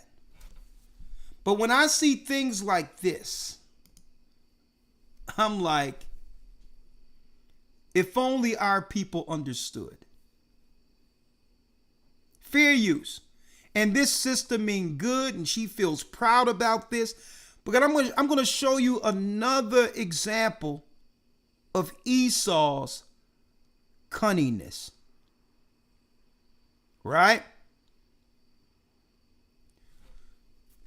Ethiopia makes history, the sister states, and she feels good about this. And I hate to rain on her parade, and I wish it was what she is celebrated. But this is more proof that our people fall for anything. Fair use for educational purposes only. If you are new, I am Wangil Zalalam. Today I bring you a great news. History has been made. We are so proud with this news coming out of Ethiopia, my country. This is truly a moment of pride, not just for Ethiopia, but for Africa. Ethiopia launched the Great Renaissance Ethiopian Dam officially, and this is how it went. They're celebrating, Elder Lawyer, the dam that was built in Ethiopia. Now, she's taken what? A level of self-pride being from Ethiopia based on this haughty, this what you would call groundbreaking news.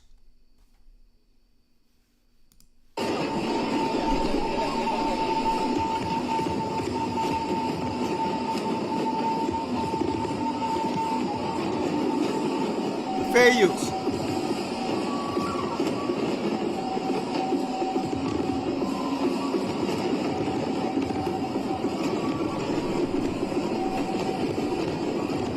And see, I'm going over this because what's going on, what she's announcing right here, is more important than what they are covering the news with in the United States to keep you distracted from what's really going on in the earth. What I'm showing you right here is one of the reasons they'd rather just show you Charlie Kirk 24 hours a day right now. Right? I don't get caught up in their events. I understand what their events are for. is to take over the media cycle so that you don't actually look at what's really happening.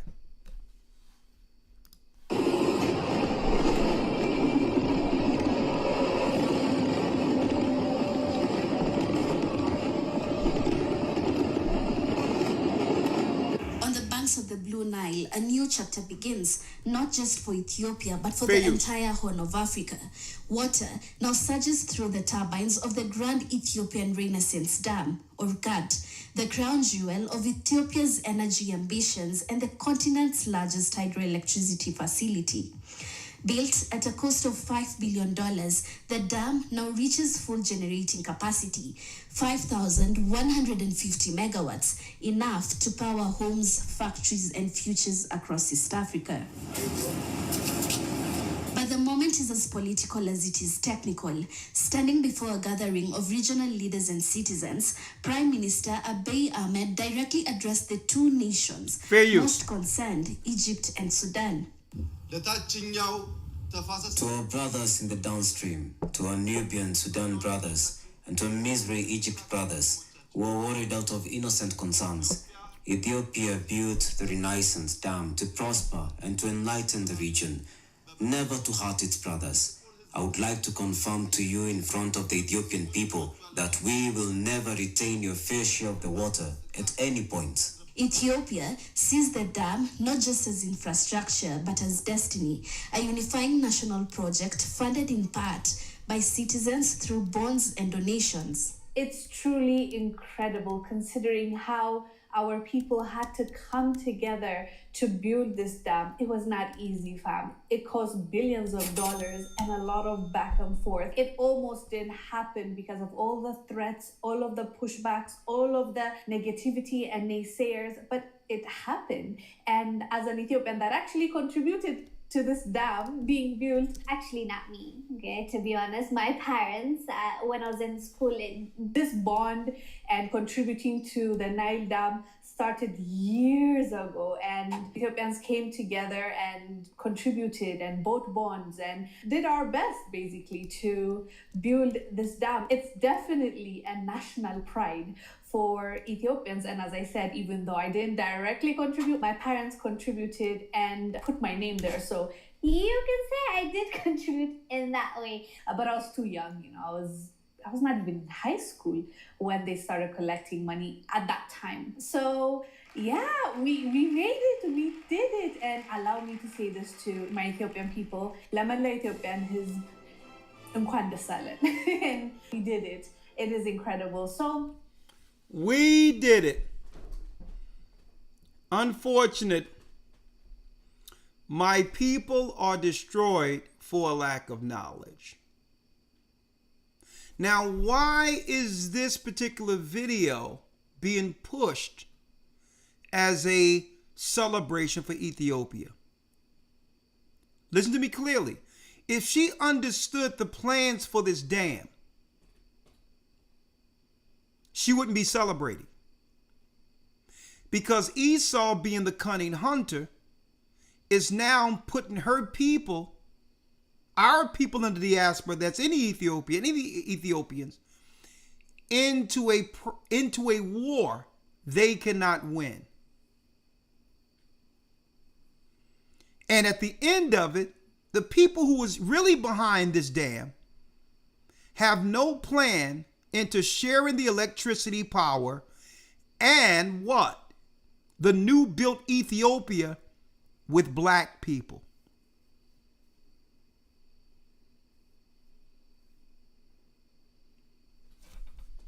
Some people ask, well, Elder Ricard, what do you mean by this? Well, brothers and sisters, real quick, through the travels in this ministry, the Most High have allowed us to sit with people from all over the world. Well before the Arab Spring, I sat with someone.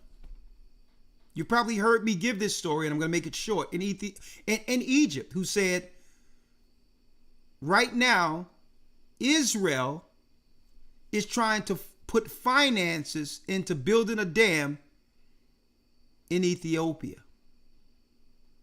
And if they do, Egypt is going to war. Quote unquote. And I'm sitting there, I'm playing like I don't know what's going on prophetically. I'm like, that's deep. And then after that, I go into the UK and I begin to teach on the radio shows. And I meet this guy by the name of Pincock. He's a Jewish Muslim. Sister Bev got me on the radio there. It wasn't in Creshwell. I think it was, what area was that? Sheffield. It was Sheffield. Thank you, Elder. Yes, sir. So I go into Sheffield and go on the radio show with a Jewish Muslim. So I'm sitting there totally just annihilating Islam with the true history concerning its weaponry, its spiritual and political weaponry against God's people. The Arabs were looking at me like I was crazy. He was looking at me like, hey, you sure you want to say this up in here?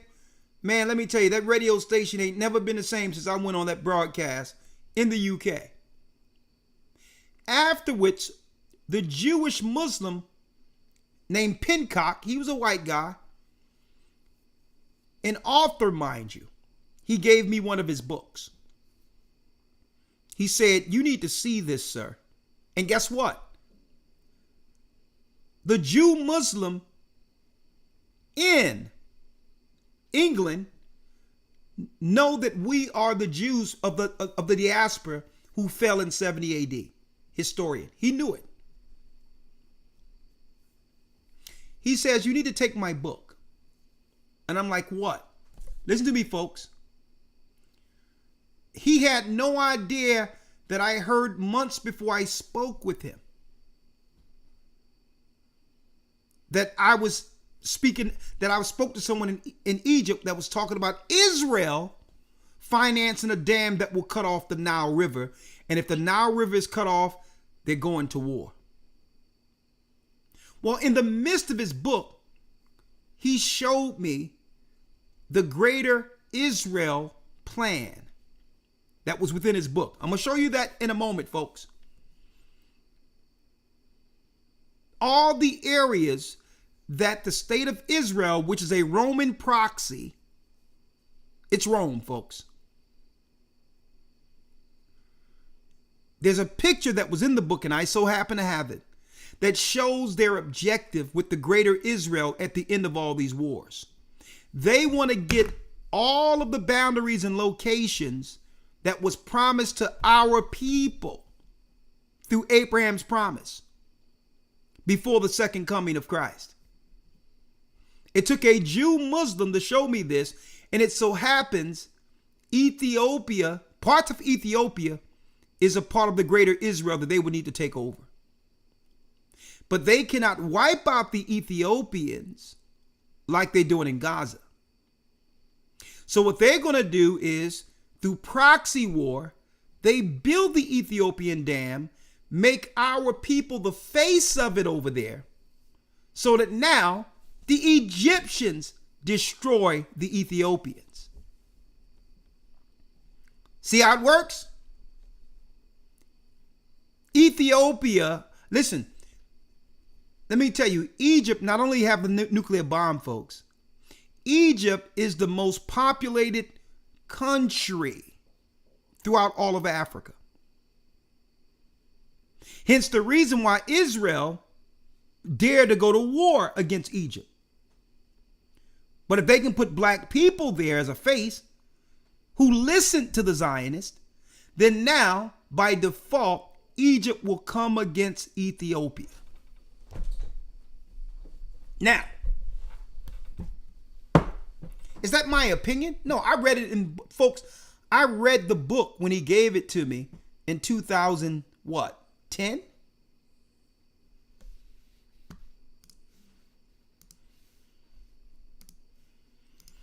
So while they got people looking at events in the United States, y'all better figure out what's going on over in the Middle East. Here's an academic paper from the Middle East the Israeli strategy towards the grand Ethiopian Renaissance dam that she's celebrating. And this study came out years ago. What is it? Look at this, folks. First, the Israeli contribution to the GERD project. Look at this here. And you got this woman believing that this is an accomplishment for Ethiopia. The Israeli contribution to the GERD project. The Nile River has been part of a strategic Zionist thought since its early beginnings, as the idea of establishing Zionist projects with the aim of delivering the Nile River to Israel. Folks, when did they think to do this? In 1903.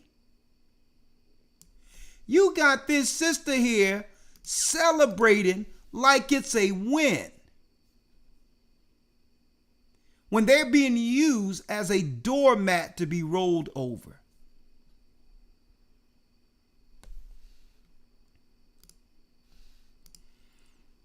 Nile water to Israel started in 1903 through calls made clearly by Theodor Herzl. Look up Theodor Herzl, folks. He's one of the grandfathers of Zionism. And the idea appeared during the 1964 to 1974 period, and again in the 1990s. I got the whole paperwork right here, folks, with the history, and I have a PDF. I'll be going into it in the news this coming Sunday. These are white papers. I was in Egypt where people was talking about that, listen, this thing is going to get deep if it's allowed. Why? Look at this. Here's the image, brothers and sisters. Here's the image of the greater Israel that was dreamt up by Zionists, the areas that they will control if they could before the coming of Christ. And as you can see, in the book that Pincock gave me, there's a snake, because they're the serpent people, surrounding all the areas they will take. That's in their plan to take. See? That's in their plan to take before the coming of Christ. They are the serpent people. You want to see the areas? All these areas, folks, are the borders that were shown to Abraham in the prophecy showing the land that our people will once get when Christ returns. And look at it, folks. Parts of Turkey. Right? When they started that war between Turkey, where England now owns part of Turkey, part of Cyprus, which is also was a part of the Turkish area. Turkey owned a part and England owns a part. Well, Turkey are Edomites, folks. They went to war. They're in war in Syria because they believe this land belongs to them. Look over here, folks. Baghdad, Iraq. Now we understand why they went to war in Iraq, right? Kuwait. Remember the Kuwait war under the Bushes? This is why they went to war there, right? Let's keep going. Medina, because Esau and Ishmael are working together, right? Let's keep on going. The Gulf of Aqaba, the Suez Canal, and parts of Egypt. And folks, look at the Nile River right here. Hence the true reason the dam was built. Because in Ethiopia, what? You got it. In Ethiopia, folks, Sudan, in Ethiopia, the water flows downstream to the Nile. So if they cut off the water at Ethiopia, this will dry up Cairo. So what's going to happen? I don't care how they try to celebrate this. If they dry up the Nile, Egypt is finished. Egypt will never recover from this. Their farms, all of that, everything is gone. But it's prophecy. Now, let me show you this now. Let's show this. Looky here. Looky here. Is the Nile drying up? One of the world's most famous rivers is in danger. And this was reported in 2023. Now, if the waters were drying up back then, what do you think is going to happen now that the dam has now been put in operation? Now, what are they going to blame the water drying up with? They're going to claim, folks, that it's global warming. They are going to claim, look. The Nile River is credited as the longest river in the world, per Guinness Book of Records. The Nile is essential for fishing and agriculture throughout Eastern Africa. Look what they're going to blame. Climate change and overuse are drying up the Nile River. So here's the built-in excuse when it happens. They're going to claim it's climate change, global warming. When really, folks, I'm going to go there in a minute. Really, it's about this right here. The dream of Zionists. The greater Israel. Folks, you're not getting this anywhere. And guess what, folks? Lawyer will tell you. We were teaching this before going overseas. A lot of what you see here, we were teaching. Even about when they begin the war, that the Europeans, the Romans that are over there in the state of Israel are going to begin to run back to Kittim. And a couple of months ago, when Trump got in a position, you've seen them all go into Cyprus. The Most High showed us this even before we went over there, and the Most High confirmed what he showed us out of the Bible while we were still in the United States before traveling any place. Huh? Now, so what is this prophecy? Elder Lawyer, if you will. And I'm just showing you more concerning Esau's deceptions. When will God's people Israel wake up to the deception? This woman is feeling good about Ethiopia and what's going on there, not realizing that her people are being used as doormats to one day be rolled over. Look at the fireworks. Our people are destroyed for a lack of knowledge.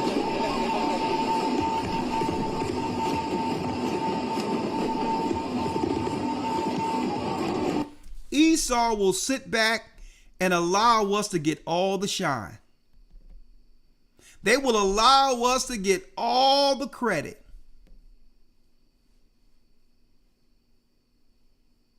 They've instigated these people into a war they're going to lose. Right? This dam doesn't have anything to do with Ethiopia outside of geography. This has everything to do with the greater Israel. Once the Egyptians wipe out the black people there, now Israel can come in and take the land that they feel belong to them according to prophecy. See this? And they always got some ceremonial people standing there that's going to take all of the bullets for this. And this is how it went.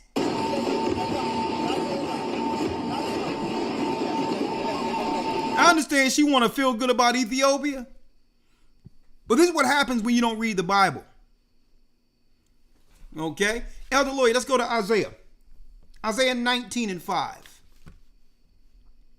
Yes, sir. Isaiah 19, verse 5. Isaiah 19, verse 5. Read it. And the waters shall fail from the sea. Matter of fact, Elder Lloyd, let's start at 3. Verse 3.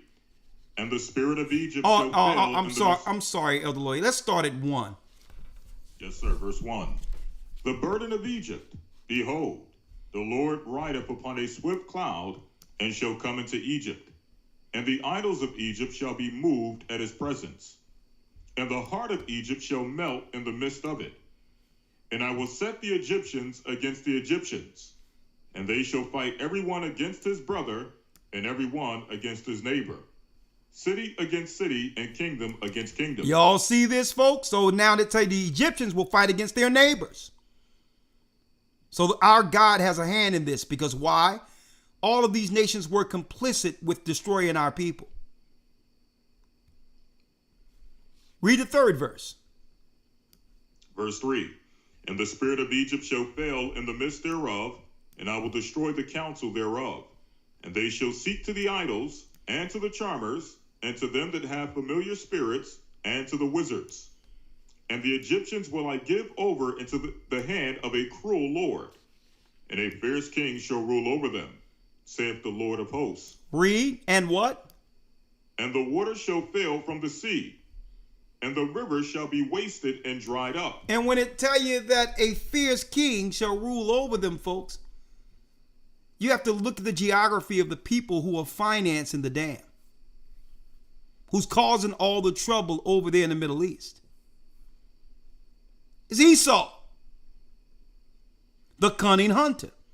He starts the provocation and stands out the way while each side fight, and he'll come in to clear it up, and then he'll take the land belonging to him. Divide and conquer. And the waters shall what, Elder? And the waters shall be wasted and dried up. It and says, they shall turn. It says, and the waters shall fail from the sea, and the rivers shall be wasted and dried up.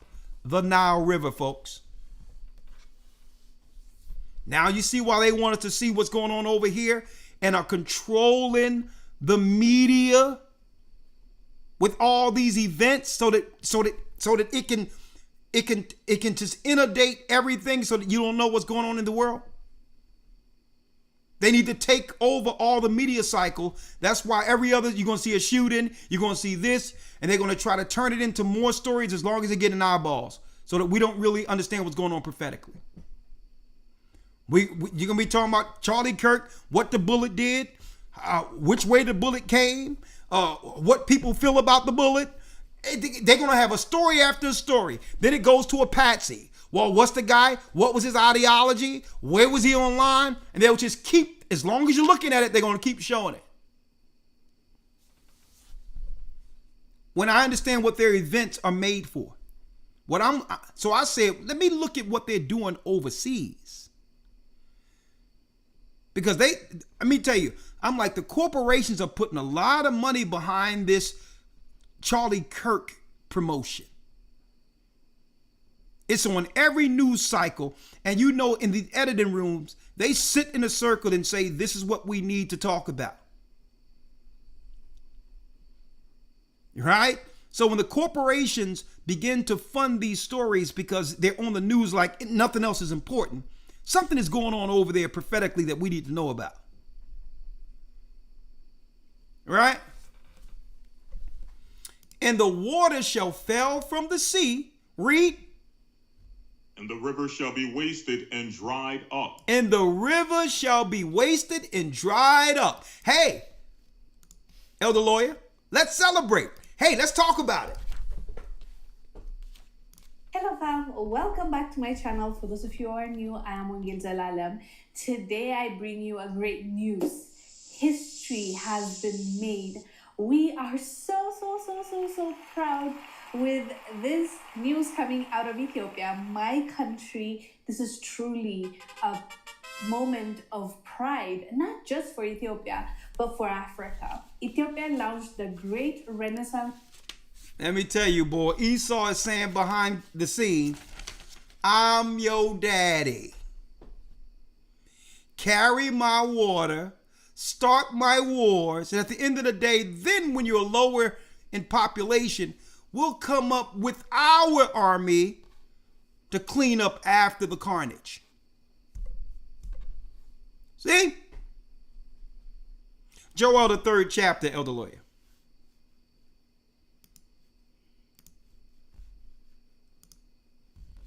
But the plan is Greater Israel. Greater Israel. They had a plan since the early 1900s to take all of these areas. See, the snake, because Esau are the serpent people. Rome. Okay, they are the serpent people. If you don't believe that, all you got to do is type in Vatican,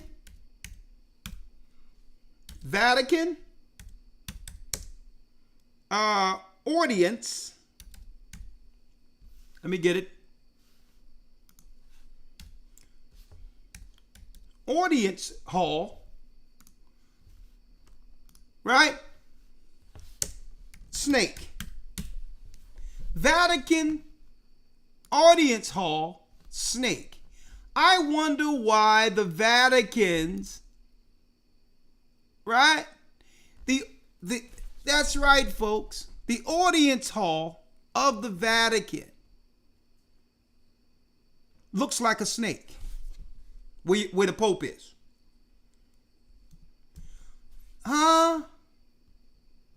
The serpent people, folks. The Khazars, who converted into Judaism through political pressure, not because they were Jews or not because they believed the religion. They were being pressed on either side between the Christians and Muslims between the 8th and the 11th century. And they converted. They were called the serpent people, Esau, in where? In Khazaria.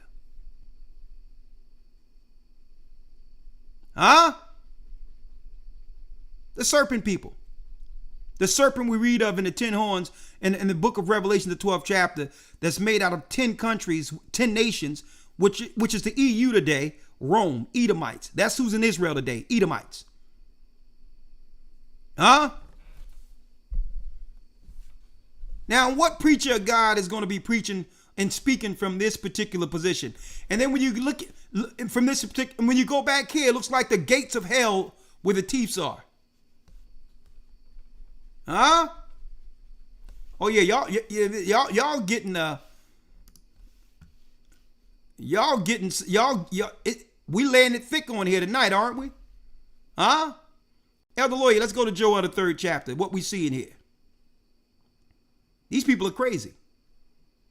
And the pride of their heart have deceived them, but the Most High is going to show his power.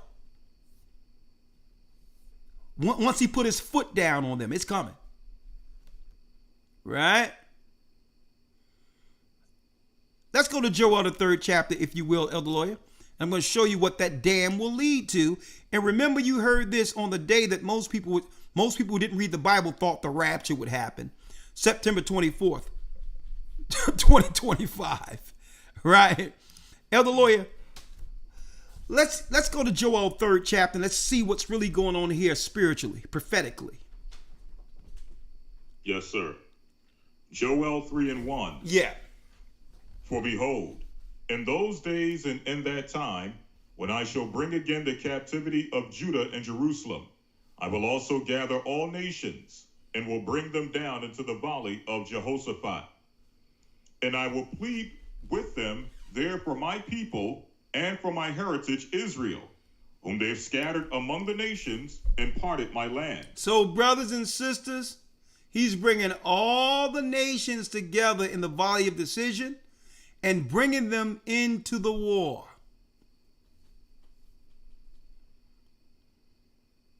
And Esau is a key player in this proxy. But Esau thinks that at the end of it, he's going to win if he gets rid of our people before the time Christ would return.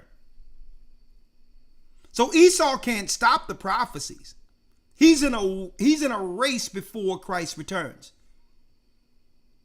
He's still trying to get the land, but if he kill all Israel off before Christ returns, then his pride made him believe that maybe the Most High is going to change his mind and make them the chosen people. Insane, right?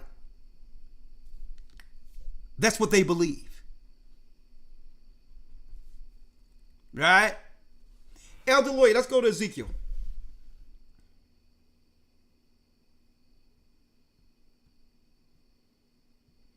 Let's go to Ezekiel, which speaks of put hooks in the jaws.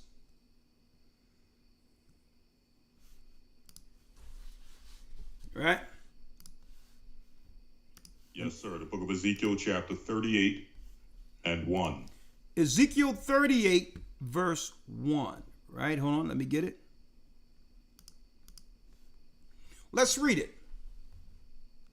Yes, sir. Ezekiel 38 and 1. And the word of the Lord came unto me, saying, Son of man, set thy face against Gog, the land of Magog, the chief prince of Meshech and Tubal, and prophesy against him, and say, Thus saith the Lord God, Behold, I am against thee, O Gog, the chief prince of Meshech and Tubal. This is speaking of China right here. The spirits of the gods that China worship, but this is actually speaking of China. Read, I will do what? Verse 4, And I will turn thee back and put hooks into thy jaws, and I will bring thee forth, and all thine army, horses and horsemen, all of them clothed with all sorts of armor, even a great company with bucklers and shields, all of them handling swords. So here it is. China thought they was going to play the background and get paid and become the next superpower. The Most High said, no, no, no, Gog and Magog. This is not talking about Russia, folks. This is China. I got records. The Eastern Bible tell you it's China. So they thought they was going to sit back and just benefit while America falls, so that by proxy, by default, they would become the next superpower. But now you see them over in the Middle East and over in Africa and over in areas, because Esau is saying, I'm not going out by myself. I'm going to show you've been working with us too against my brother Jacob. So now China began to make agreements all over in Africa because they're being brought into the valley of Jehoshaphat to get stomped out by God. Eventually. Right? So who else is being brought into the war? Who? Let's read it, Elder. Yes, sir. Verse 5. Persia. Iran. Ethiopia. Ethiopia, the dam. And Libya with them. Libya. And that also links directly with the Sudan, who will also lose water. Huh? It's all prophecy, folks. Now, what Esau going to do, he's going to haul-tail back to Rome. Eventually. But he's stirring the pot so that Iran can drop the bombs.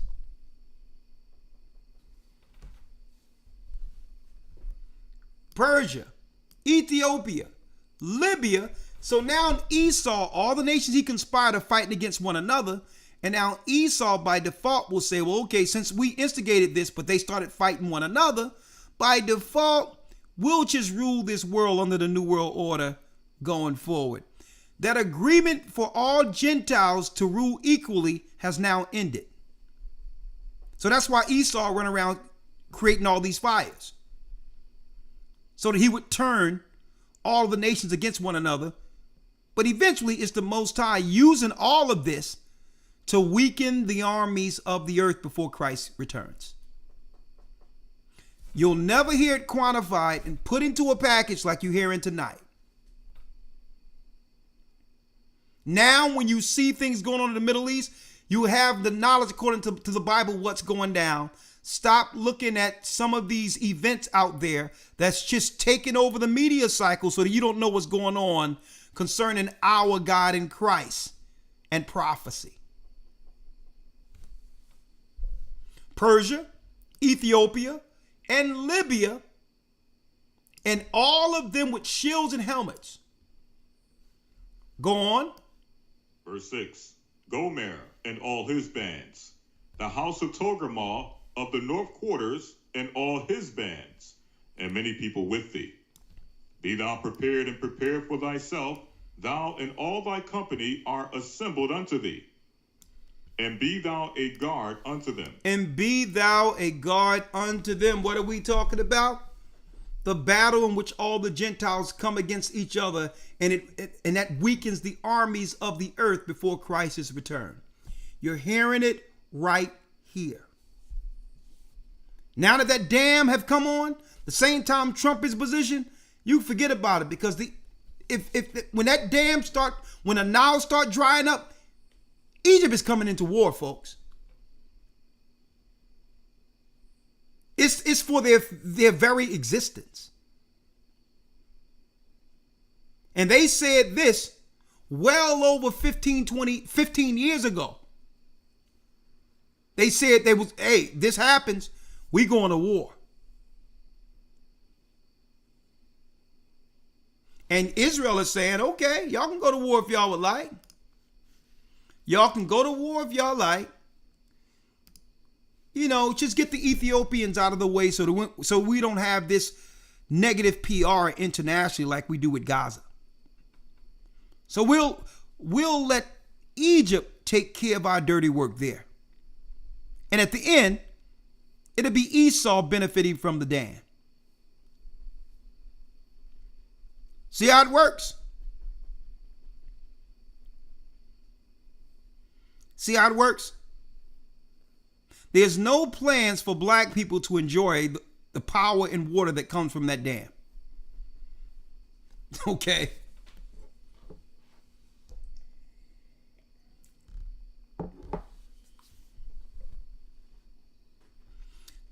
When it says 7-year tribulation, it really breaks down to the last 7 of the consummation.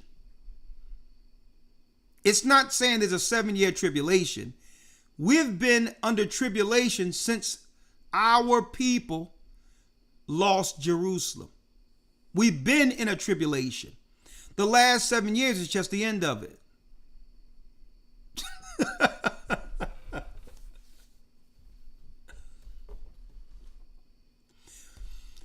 Someone asked a good question, right? But are African leaders who were on the opening in conjunction with Israel? Brothers and sisters, how many times we're going to have to tell you? The only thing you have to do with some of these leaders is break them off. It's ceremonial.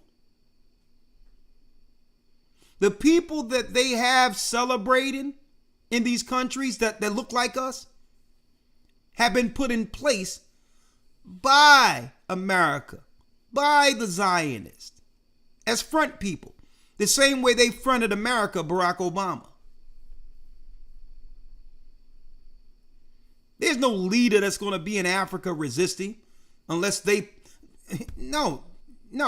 Anything that's being signed, all of those people in position are in agreement because they were put in position to be the ceremonial face of the synagogue of Satan.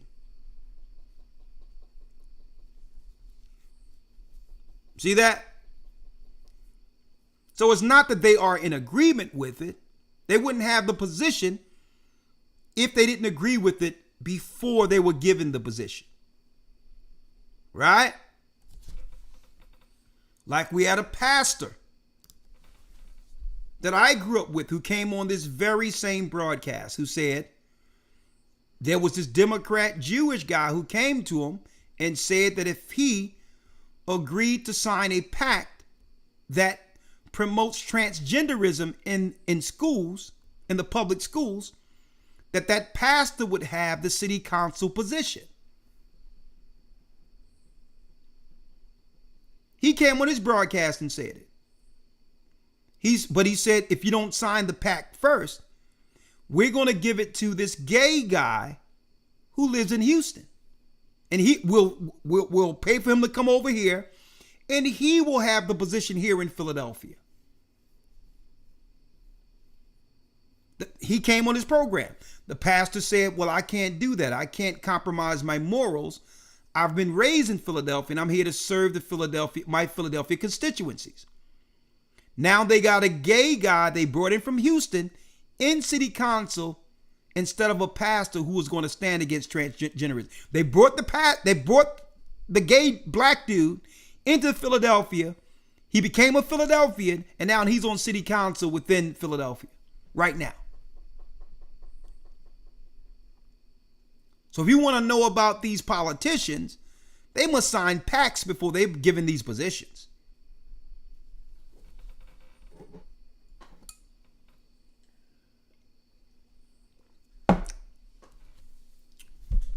Right? So it's no different than T on the corner getting paid to do this.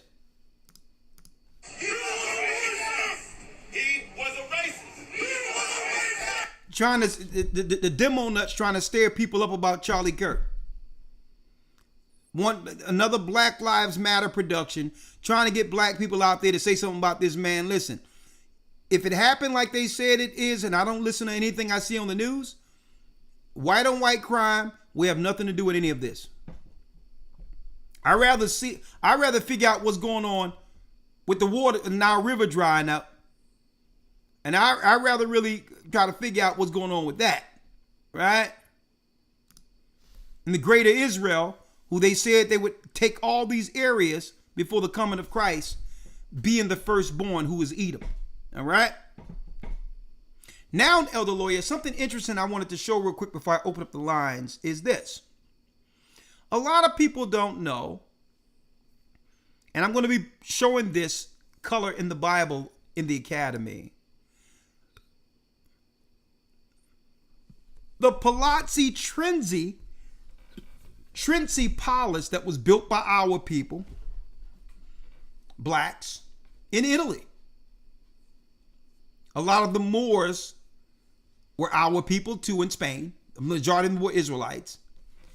Well, there's some paintings, Elder Lawyer, that came out of this palace. Now, the reason why I'm showing King James in the 1600s, because this black man right here, I'm going to show you his face. This black man who ruled Europe, who the Roman Catholic Church lied on through the Bacon family, talking about he was homosexual and all that. They were liars. He wrote a book, King James the Sixth and First, and the Reunion of Christendom, where he identifies the Vatican seat that controlled the Jesuits as the seat of Satan. A black man. The last black man to sit on the throne in Europe because we ruled Europe. Well, even before that, in that particular castle in Italy, folks, I'm going to show you some interesting pictures. Here is a picture of King James from that particular castle. The Rex David from that castle. Ready, huh? He ready, all right. Did y'all know that this picture is an actual picture that we left in Europe, in Italy? From the Palazzo Trinzi Castle in Umbria. Interesting, isn't it? Interesting. So then I begs to ask the question again, when will God's people Israel stop falling for the deception? See, that's why Esau is panicking now and it's just throwing out all these events and news, because time is running out and our people are waking up. All right? Here's something else that's from that castle that's interesting. Guess who this is? That's right. Scipius Africanus. Scipius Africanus was black, folks. Same castle. That's why when the Italians came over here, the whites start calling them Guinea. Guinea is what? Guinea is a racial slur, claiming that blacks came over into Italy and began to reprocreate and take over. Guinea is in Africa. So what they say? They started calling Italians Guineas because they really are children, a lot of them. Leo Scipius Africanus was black. Yeah, a lot of these people were Masons, but we got black Masons now from Prince Hall. They're still Israelites.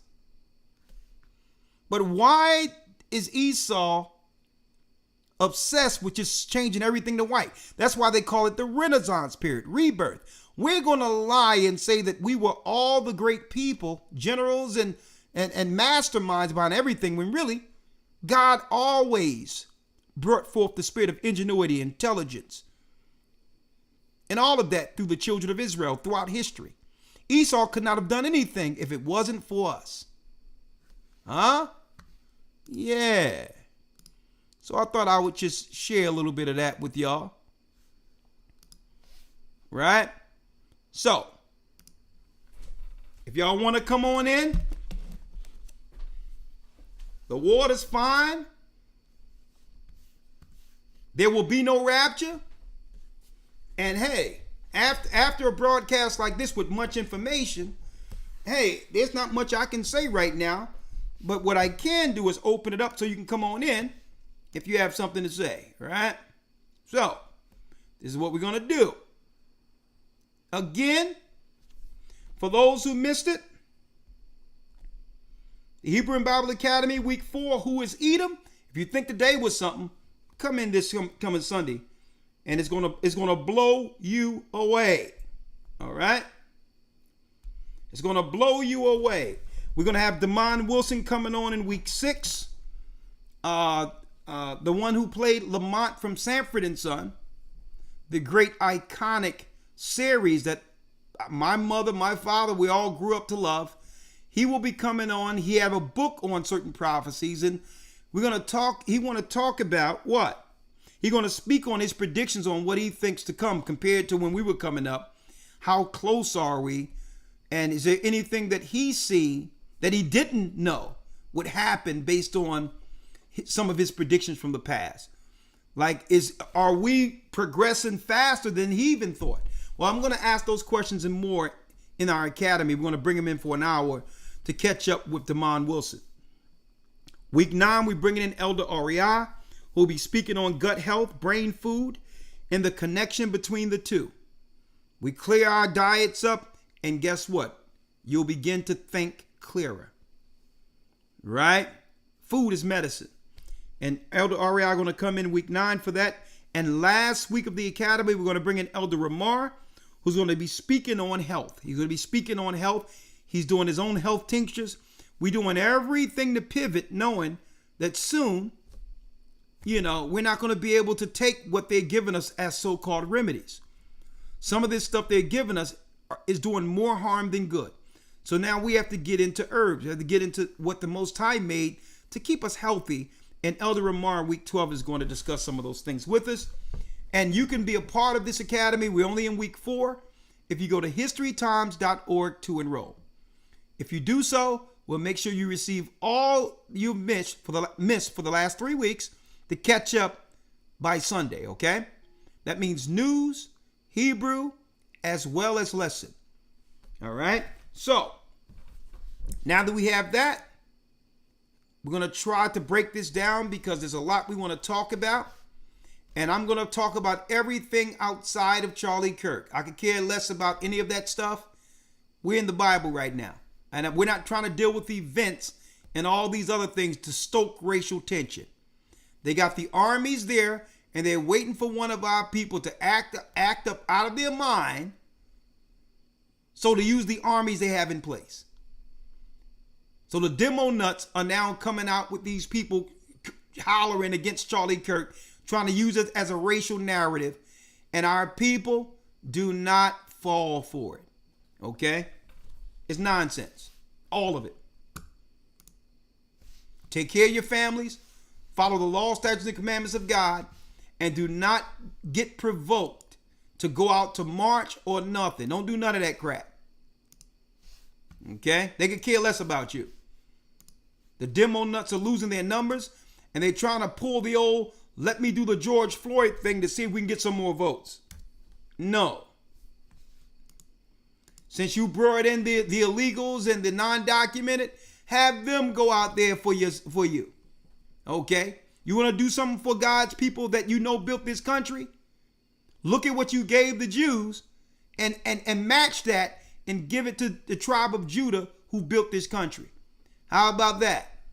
And still, you're not going to get the vote. All right? Now, let's go here. Let's go here. Our people are becoming savvy now. They're waking up politically, and I thank the Most High for it. And we're not falling for Esau's tricks anymore. Okay? They're going to try to pull us into some white on white stuff. If y'all say it happened like it did, then that's y'all business. All right? With Bennett, we are not in it. All right? If you need a church home, Tiffany, welcome to the Gathering of Christ Church. All right? I put out the link there. Go to historytimes.org if you want to enroll. I'll put the link for Zoom who would like to come in. If you have anything to say, or even if you question the doctrine that we teach, I'm open for that too. Elder, I would like to get baptized. I'll call you tomorrow, 339 area code. If you want to come in, just text the number on your screen, 445-888-2759. Text this and I'll bring you in if you have anything to say on the topic we're talking about today, this evening.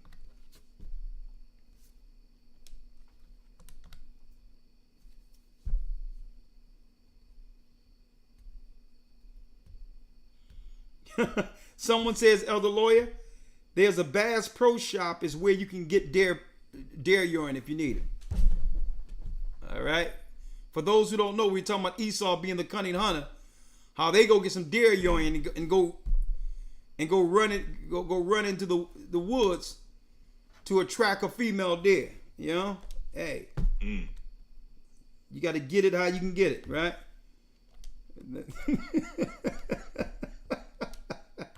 Listen, Judah just used to use bows and arrows. You know, right. Yeah. You know, I'm not down. You know, I'm not down with that. But if you're gonna come on in, here's your opportunity. If you need to speak with the elders, 445-888-2759. You can text, and we'll bring you right in. Or if you are like to currently come in through Zoom, there was a link I put into Zoom. Right? Esau won't be playing around with it. Hold up, let me answer this. If you are current. How you doing, Monica? How are you? 971 area code. You're live with the Gathering Christ Church. How are you? All right. Shalom, Elder. Shalom. Talk to me. Okay. Yeah, I just wanted to greet both of the elders because I usually just be saying, "What's up, Elder?" You know, so I say Shalom, elders, plural. I made it plural tonight. Well, thank you, brother. Your name? Where you from? This is Brother Israel, man. How you doing? I'm doing fine. Thanks for asking, sir. Yeah. Yeah, I just had a question because, you know, I'm trying to make sure I get what I want from the Most High. Like, and I'll be angry at him at certain times because of the stuff that I've been going through over these periods. Hey, brother, you be coming in with some weird sideways stuff. Yeah. I mean, come on, brother. You got to pull it together. You talking about sticking with the topic? No, I'm just talking about. How do you mean you angry with the Most High? What did the Most High do to you? Well, I prayed, I had faith about certain situations, and it didn't fall through. Well, brother, are you trying? You want the Most High to do your will, or are you trying to do the Most High's will? Yeah, I see what you're saying. Like, I mean, I'm trying No, to do no, his no, will. no. Answer the question because this is going to allow you to think straight going forward. Okay. Do you want the Most High to do your will? Or yeah. I would say yeah, based on it said he give you the desires of your heart. Oh no, I'm saying. See, that comes in order though. That comes with obedience. Okay. So you have to do the Most High's will. Okay. Because what you might be looking to pray for is probably counter to what the Most High wants you to deal with. Okay, it was in relation to my grandmother passing away. Well, yeah. Brother, it's the Most High who brings forth the birth and gives the issues of death, right? Okay. All right, so you can look at it one of two ways. Did you have any control of your grandmother being born? No, sir. Do you thank the Most High that He brought her to this earth and had such an impact on your life? Yeah. Thank Him for that. Because the same God who took her gave her to you. So it's really dependent on how you're viewing it.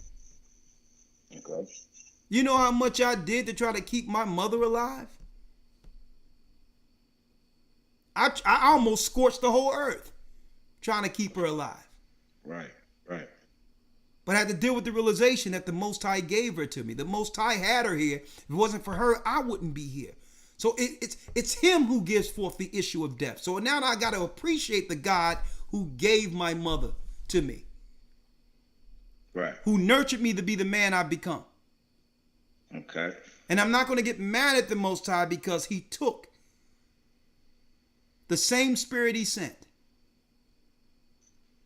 So it depends on how you look at it, because you don't want to come off as an ungrateful child.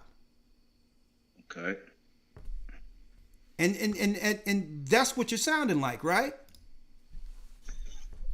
I guess so, man. I was just trying to see if that would interfere with prayer, because I thought King David was yelling at God. Okay. You're not King David. And it's another thing. I see so many people make examples to give an excuse for folly. Okay. Let me show you the prayer that works. All right. Get a Bible. All right. Let's get this real quick.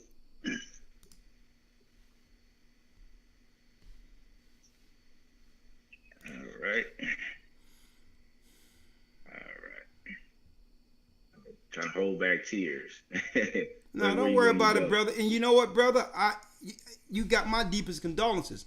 But you got to put these things into proper perspective. Okay, I'm with you. You got it? Yeah. Okay, I need you to read something here. Okay.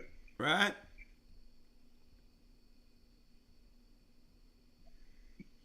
I need you to go to Matthew 6. Matthew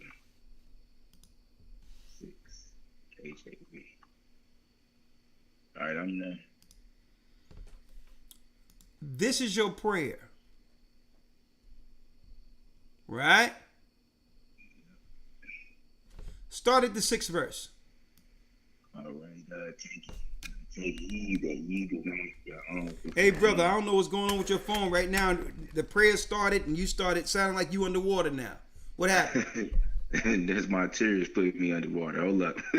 It's take heed that ye do not your alms before men. No, Matthew 6 verse 6. Read it. Oh, my bad, Elder. Hold up. But thou, when thou prayest, enter into thy closet, and when thou hast shut the door, pray to thy Father which is in secret. Does that mean in your mind or no, in the physical brother? place? Brother, you're overthinking it. Let Christ take over. Read it.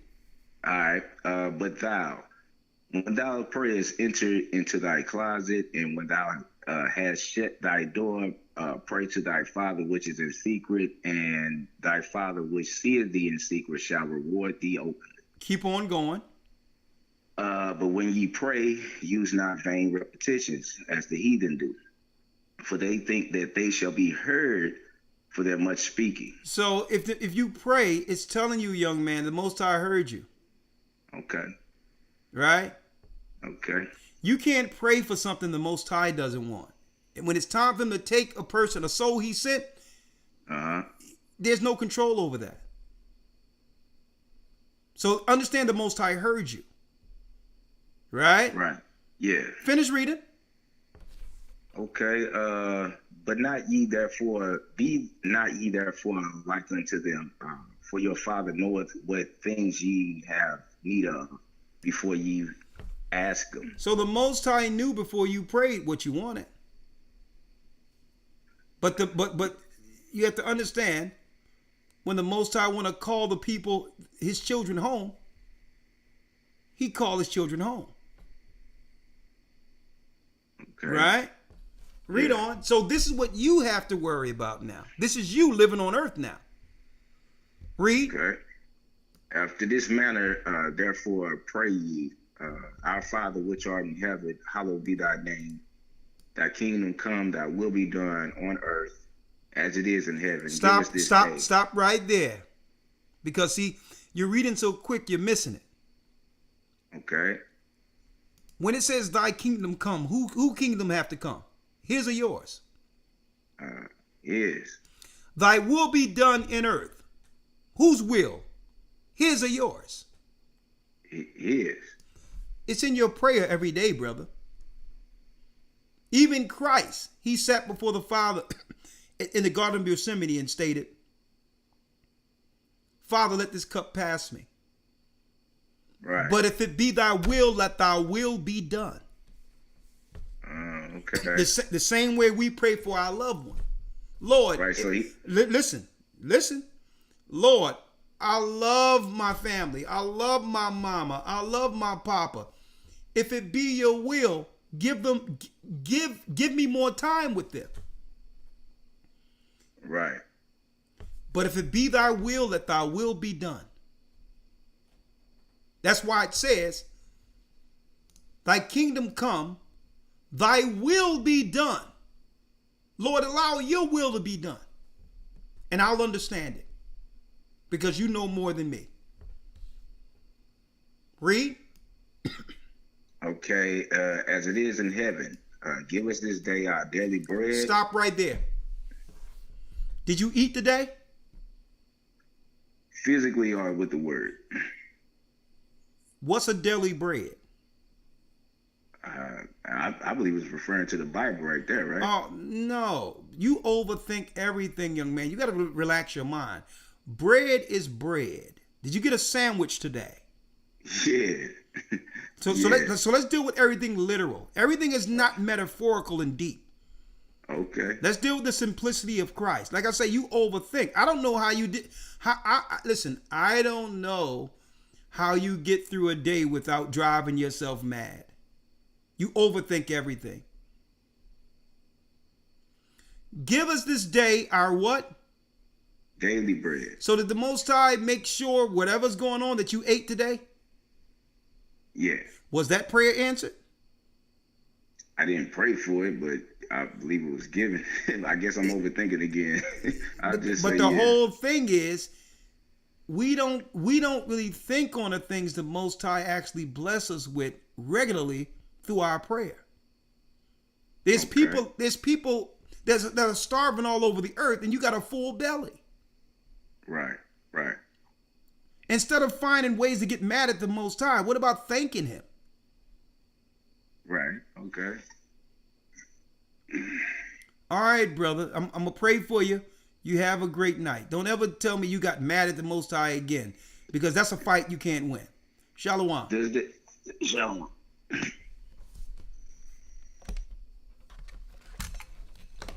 All right, who do we got next? I'm going to tell you, y'all brothers, man, y'all going to have to man up. Y'all gonna have to man up. I'm gonna tell you straight up. I'm gonna tell you why you gotta man up.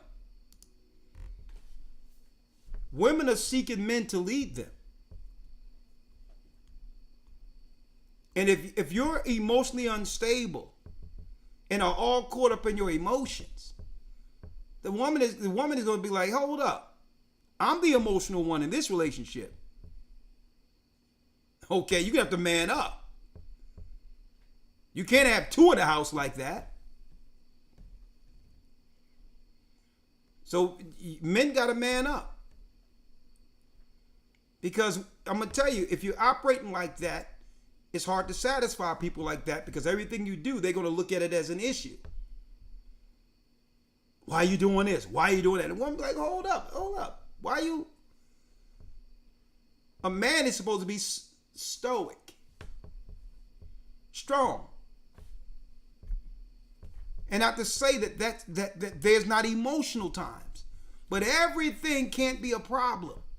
You have to now change your mind and focus on the blessings.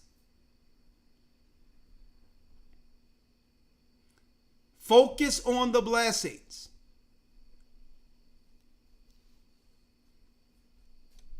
You can't be looking at what's wrong all the time. What's right? What do I have to thank the Most High for? Right? But we're going to help you with that. Keep on calling. Because we're going to give you what growing up, it was a different breed of man. You keep calling, we'll set you straight. Right? A different breed of man, we was coming up. Like, listen, hey, you're going to come to me with solutions, sir. Okay? You're going to come to me with solutions. All this old emotional stuff, I'm mad. Nah. That's a whole nother conversation we're going to have, possibly. Okay, look what we have here. All right. Let me see who else we have coming in here. We got Kiara. Okay. Look what we have here. How you doing, Kiara? Unmute, please.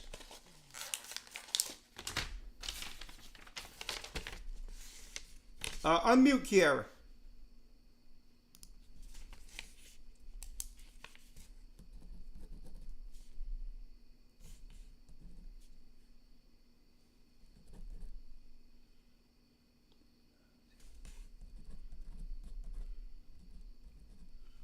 Unmute, Kiara.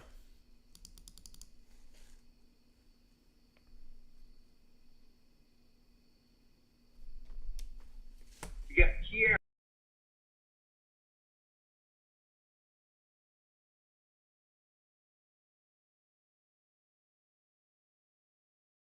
Yes, this is Gathering of Christ Church for the live stream. How are you?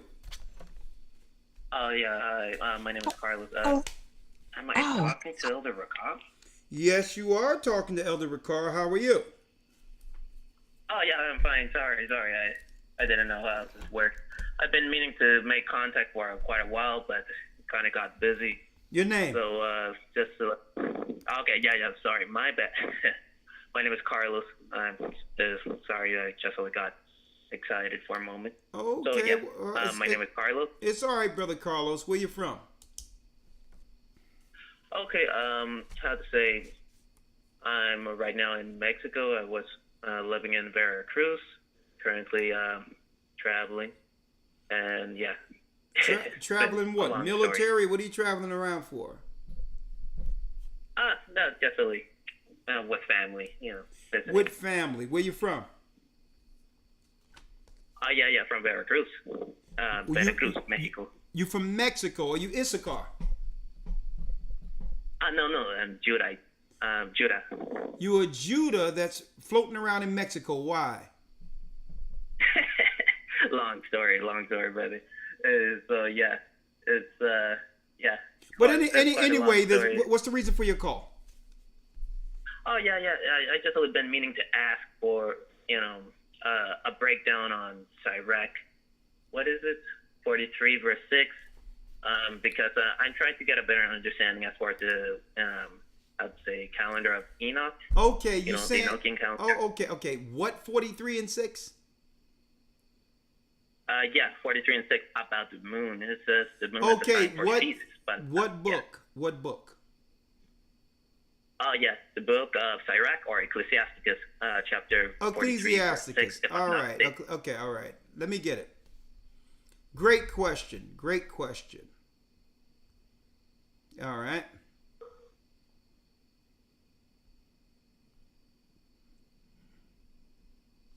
All right, Sirach. 36, you said?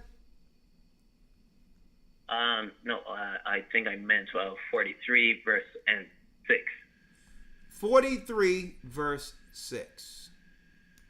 So you want understanding of calculation, right? True, because only basing off of that scripture makes me think that it's a lunar calendar, but I don't know. Okay. Well, what's your breakdown of that? Well, let's unpack it. How old are you? Okay, I'm 24. 24. All right. So I'm going to prove to you right now that this is not speaking of the moon. But let's read it. 43 and 6. Read it. All right. Let me see. I'll bring up my Apocrypha. My bad. Take your time. 43. All right. So we're in the book of... Let's see. You tell me to get a scripture, you don't even got it on. Okay, all right. I got you, young man.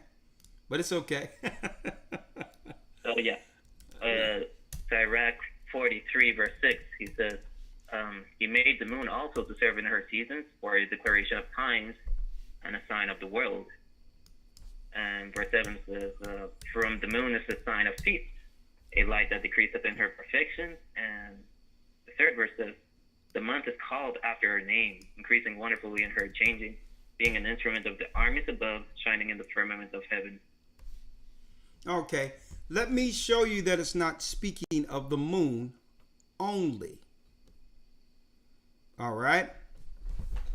All right. He made the moon also to serve her seasons for declaration of times and a sign of the world. Right? The world, right? Right. For the moon is the sign of feast. Is the sign of feast. Hold up. I need you to cut me off in the background. What? Something in the background, you said? Yes, there's feedback because you have YouTube playing. Yeah. Let me see. I think it's because of my headphones. Let's see. Let me put it on. Where is this phone? No, only thing you have to do is mute YouTube. Okay, quick. That's it.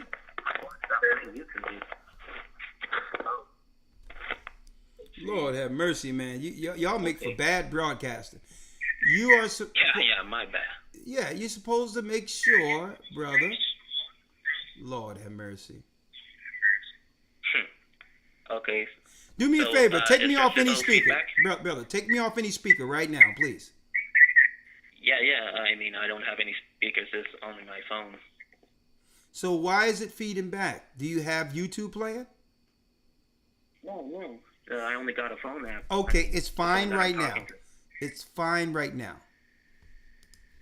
From the moon is a sign of what?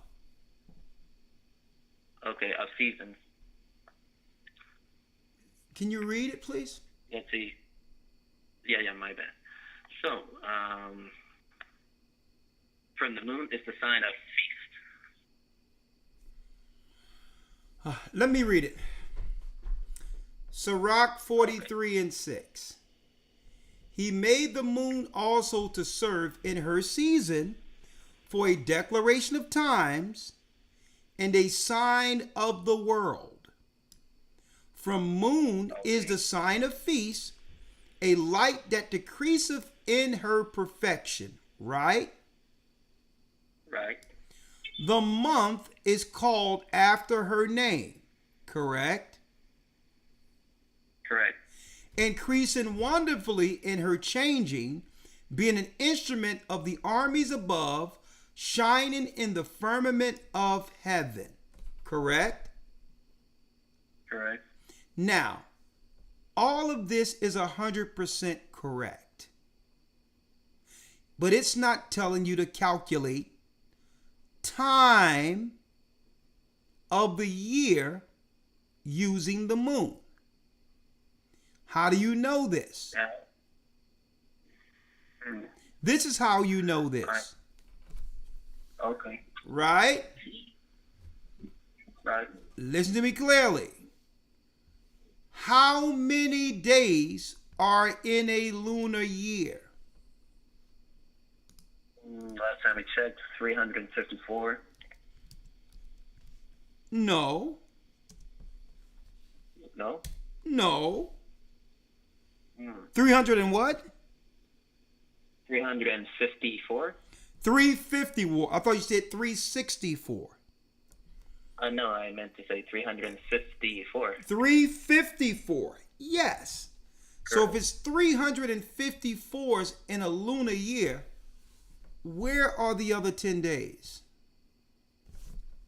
Other 10 days. I don't know how. Huh? It always comes 10 days early. It always comes 10 days early, so I really don't know where it's allotted to. I'm saying, listen, if we are to calculate time according to the moon, how's it coming up 10 days early? It should just be a full year, 354 days. Where are the 10 days? I don't know. All right. So that means you must learn something, right? Yeah. So the lunar calendar have you what? 6 months, 30 days, and 6 months, 29 days, coming up what? 10 days short. You know why? Correct. You know why? No, I don't know. Because the moon follows the sun through portals. It's a female. That's the female. Sun is male. Everything is masculine and feminine. Not female and male, masculine and feminine. So if the moon is following the sun, who's the leader? Well, the sun. And how many days is a solar year? Well, according to the book of Enoch, 364. Well, it is. So each year, because the moon comes out of her course, there's a different sign of that moon based on its following the sun. So every feast, the moon is not going to be the same. It's going to be the proximity of that 10 days short. Yeah. Right? Right. So it's true that the moon is a sign for those feasts, but that moon is not the same from one year to the next because the moon comes up 10 days short. It's a different moon. And Manasseh, back then, who could read the stars, would know that moon. It wasn't always the same. You cannot calculate. You cannot calculate a year from the slither of the moon because a calendar year with the moon comes up 10 days short. So right there, that destroys doing holy days according to the moon. What you just read wasn't saying doing holy days according to the moon. It was showing signs of the moon for those particular seasons and holy days. Now, you getting it, right? Yeah. Okay. So let me show you now. Let me show you now. Right? Elder Lawyer, I don't know if you already have your, let me get it here. Your pseudepigrapha of the Old Testament Book of Jubilees. Do you have our calendar that you can order from the website, my brother? No, I don't. I mean, I only see the holy day list on the website. I would suggest you order our calendar because we have all the breakdown right there. Because I can understand how it confuses people when they say that the moon is for feasts and seasons. It'll make you believe you're supposed to calculate the holy days and seasons utilizing the moon. Well, that's what the Babylonians begin to do. And that's why the Jewish people do it, because they're going under the Babylonian calendar. That's why their time is thrown off. Okay? Yeah. Because with the moon, it comes up 10 days too short each year. Got that? Now, and this is what the Most High told Moses in the book of Jubilees, that you must keep time according to Sabbaths, right? Yes. Like, let me give you an example. There's 52 weeks in a calendar year, right? 5, 2, 7. When you multiply 52 by 7, it gives you what? 364. 364. So if you follow Sabbaths, you'll never lose track of time. Got that? Yeah. But if you follow the moon, you'll lose track of time. See? Now. Yeah, I see. Right? So God warned Moses of this. Elder Lawyer, I need you to go there real quick. In the book of Jubilees. When it comes to time. Yes, sir. This is Jubilees 6 and 32. Jubilees 6, verse 32. Right? And I have it on the screen so you can see it. And he told Moses, he told Moses what? Let's read it. And command thou the children of Israel that they observe the years according to this reckoning, 364 days. And these will constitute a complete year, and they will not disturb its time from day to day and from its feasts. For everything will fall out in them according to their testimony, and they will not leave out any day, nor disturb any feast. But if they do neglect and do not observe them according to his commandment, then they will disturb all their seasons, and their years will be dislodged from this order, and they will disturb the seasons, and the years will be dislodged, and they will neglect their ordinances. Now, he told them, you remember the Sabbath, keep it holy. You follow the Sabbath, 52 Sabbaths, you'll be right on time. Don't ever try anything different. Read. Verse number 30. And all the children of Israel. 34. And all the children of Israel will forget and will not find the path of the years, and will forget the new moons and seasons and Sabbaths. And they will go wrong as to all the order of the years. For I know, and from henceforth shall I declare it unto thee, and it is not of my own devising, for the book lies written before me. And on the heavenly tablets the division of days is ordained, lest they forget the feast of the covenant and walk according to the feast of the Gentiles, after their error and after their ignorance. Read. For if there will be those who will assuredly make observations of the moon. Observations of the what? Observations of the moon. That's the problem if you're looking at the moon only. Read. Now it disturbs the seasons and comes in from year to year, 10 days too soon. So it doesn't determine the seasons, it disturbs the seasons. Why? Read. It disturbs the seasons and comes in from year to year, 10 days too soon. 10 days too soon. You see this? So it comes in. Let me get it here. It disturbed the seasons. What verse are you at, Elder? 36. 36. And it says the Gentiles would do this.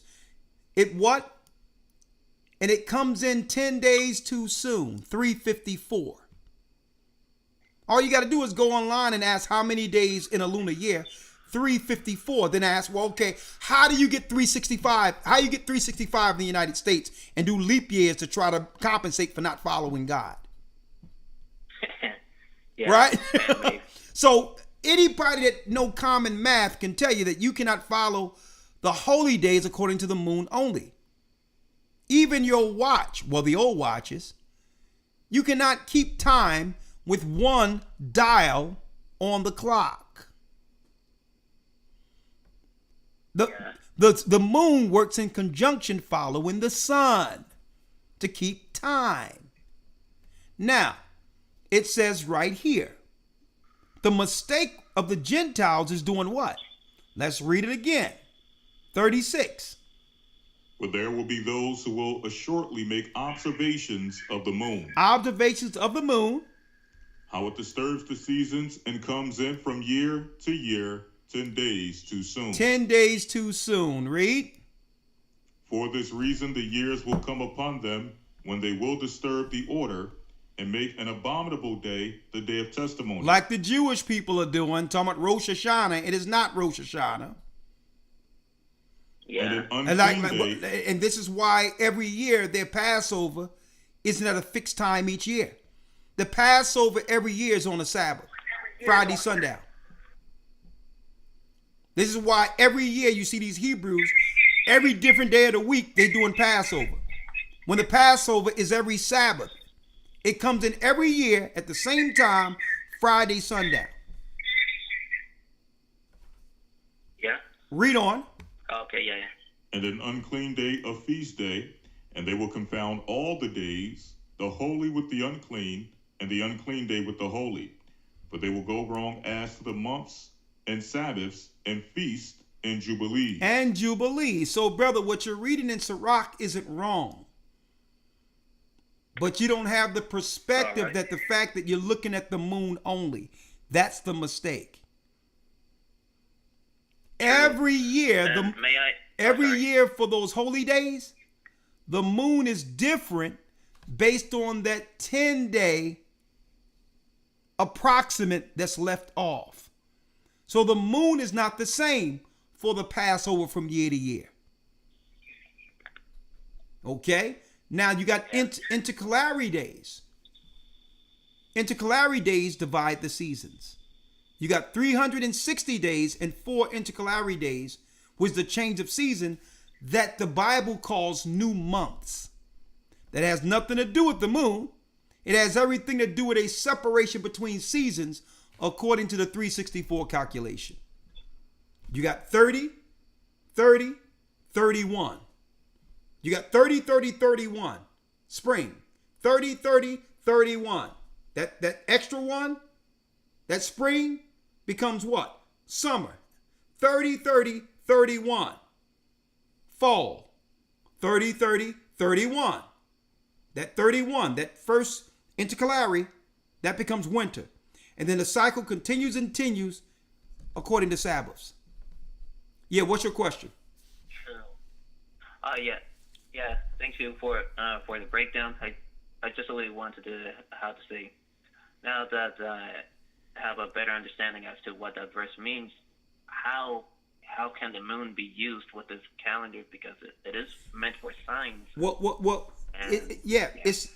That's a good question. How is that moon used? It's for signs. So there's certain signs in the sky based on these holy days with the moon. Sometimes it'll show up red. Sometimes it'll show up this. It show up different variations as a sign coming to the end. Like when the Most High said that the sky will become darkened. The moon will turn red. Those are the signs as we get closer showing Christ will soon return. That I can show you that as an example. Right. Now the whole lesson can be made on this, but it's not looking at the moon only. That's the mistake. And this is what Satan have done from the beginning, my brother. Think about it. Satan from the beginning tried to exalt what? The female over the male. Eve. So now everything is masculine from the Most High. He exalts everything feminine or less to play against the Most High's creation. The moon operates behind the sun. Even the signs of her reflections when she turns red, it's because of the reflection off of the sun. All the signs you're dealing with comes from the sun. Yeah, I didn't see it that way, but yeah. So that's why the Arabs worshiping Semiramis, they have the crescent moon. That's why they do it, because it's Babylonian. It's out of order. It's female over male. The worship of what? The feminine. Okay? And this is why even on your particular, it's the feminine reproduction they're worshiping by upholding the moon, because they know she's the what? She's the feminine. Then you have your you have your cathedrals of your Catholic Church. When you walk in, there's a red door and it's pointed like this because you're walking into the feminine. Everything goes back to Babylon, the worship of the feminine goddess of the goddess of fertility. The feminist, the women reproduction organ is the worship when you come to the moon and all that. It all goes back to that in symbolism. It has nothing to do with the Most High. Okay, it's taking the focus. And guess what? The earth is doing exactly what the Most High said would happen when people begin to look at the moon only. And I'm going to show you, because where you think the word lunatic comes from? From those, well, I don't know, but let me tell you that from experience, being in conflict with hearing different lunar calendars, I kind of lunatic. Lunatic is when your mind is out of order because it's in conjunction with the moon. It's lunatic. That's where you get lunatic from. Yeah. Actually. Yeah. Because why? Yeah. Listen, common sense goes out the window. You keep talking about the moon, and they only give you 354 days, but yet your body every year is operating off a 364-day or 365-day clock, if you want to believe the Gentiles. And you ain't even thinking about the 10 days missing with the moon. That's lunatic. Yeah. So you tell me what days the holy days fall in according to the moon, when you can tell me where those 10 days went. Good question. I mean, like, lunatic. Yeah. So I'm not saying that in Sirach isn't true, because it's true, but there's different signs of the moon in proximity of those 10 days that comes in when she follows the sun. So those signs are there, but you won't even know what sign to look for, because you're looking to the moon for everything. So you don't even know when the signs are coming on certain holy days. Yeah. But I've been to Passover, and there was a red moon. Okay. Yeah, I noticed that. Yeah. Yeah. I add to this, I've been to a Passover, and there was a red moon. I've been to a Passover, and there was a full moon. But it still was in proximity of the 364-day cycle where the moon follows the sun. Get that calendar, young man. Thank you, brother. God willing. Yeah. Yeah. I wanted to ask another thing. So now that I know that the moon, I mean, for example, we're not supposed to totally rely on the moon, but the moon is dependent of the sun. Why there's certain scriptures that seems to be inferring that the moon was used? For example, in Exodus 2:2, when Moses' mother hid him for 3 months, and over there it says, see what, brother, I think you're emphasizing things out of context. Truly. We're not, listen, no one is saying that the moon isn't important according to its function. True. It's not one or the other. The moon is important.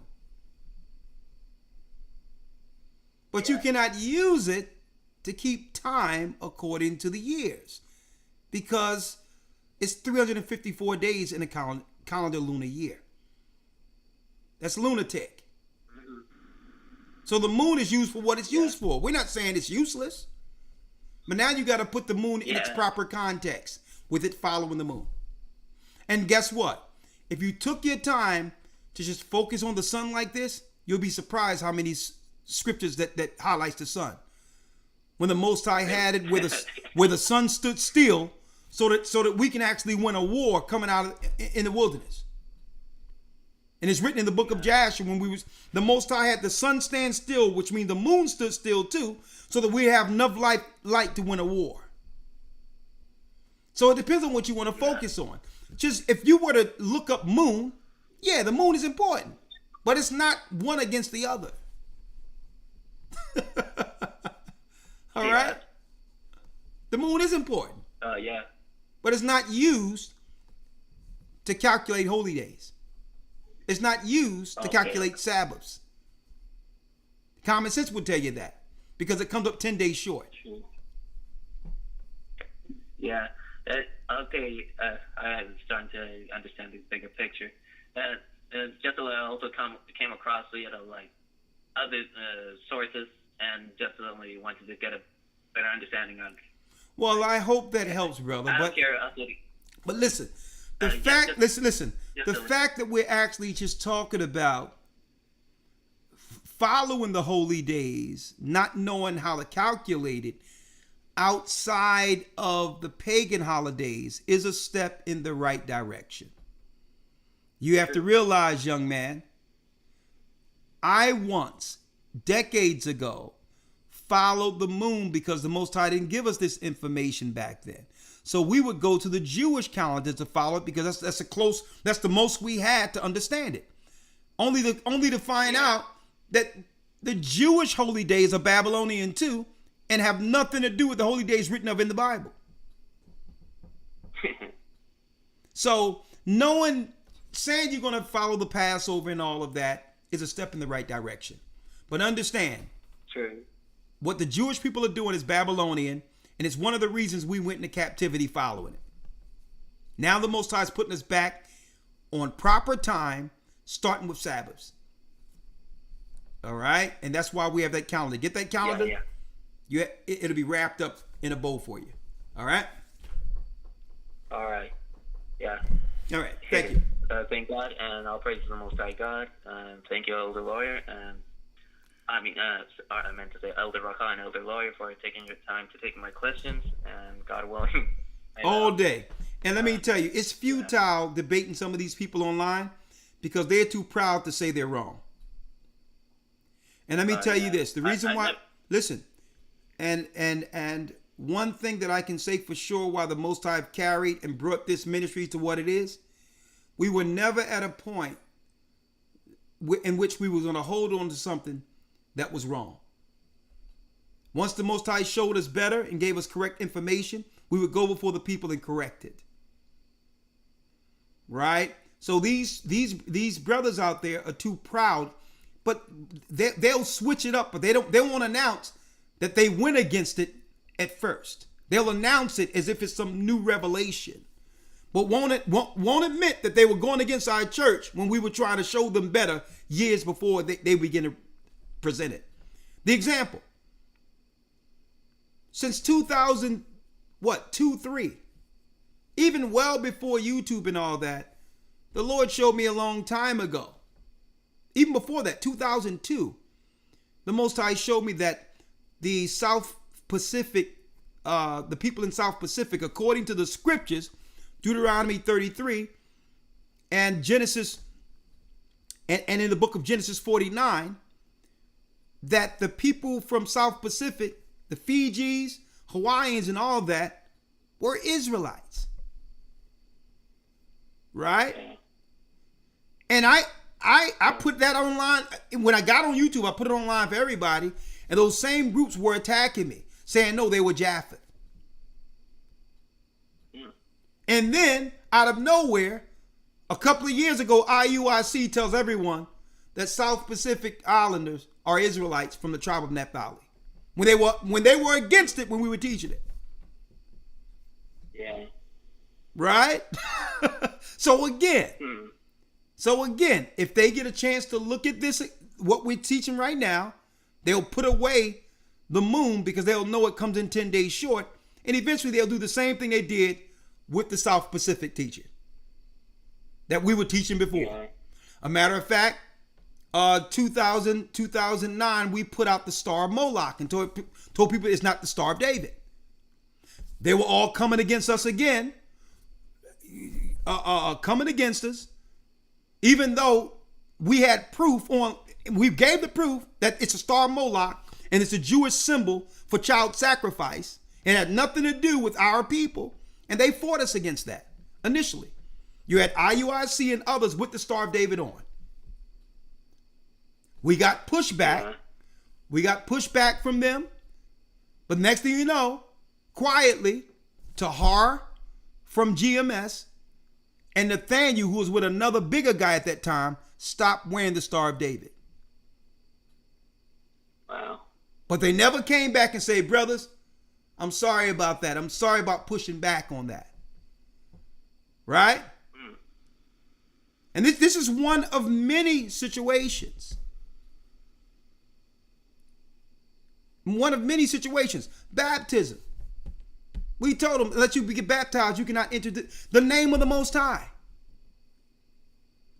They tried to argue with the name of the Most High and was right there when he told Moses. We got pushback.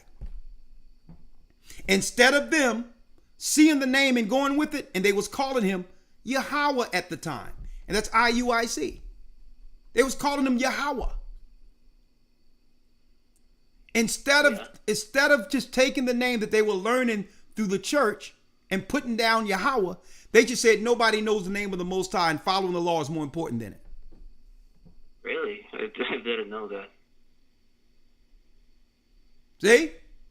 Instead of just admitting that they were wrong, they put down a name that they were using to put down the Christian church with. Right? Because y'all don't know the Most High's name. His name is Yahweh. But as soon as we came with the name of the Most High, they dropped the names altogether and started calling them Jesus. Wow. Right? And I'm going to tell you, years before that, I was teaching on the street, Tazadakia, who made I don't know, the Most High took him. He's gone now. I'm Little Recall on the corner, and he come with a band of people to try to stop me from teaching on the streets well before it was YouTube. That's 2008 or 2009 when that happened. And even I told them the name of the Most High, one-on-one to the side, and they were looking at me like I was crazy. Okay?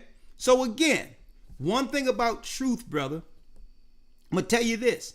You stand with truth, and eventually time tells the truth.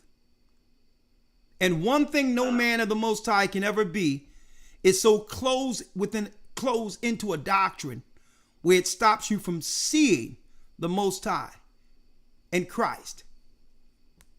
Any man or woman who believes in truth understand that you cannot get locked into a doctrine. That eventually you have to admit you're wrong to grow and learn. We started teaching, we taught baptism because the Most High told us we had to. This is how Christ chooses his in the earth who repent of their sins. And he showed an example before John to be baptized before the world, even though the Pharisees and scribes rejected it. Well, the Pharisees and scribes, they knew they were Israelites, but they didn't want to admit that the baptism of John was right. Why? Because there was a baptism amongst the priesthood of washings. And they didn't want to reject what they learned back then to accept the new.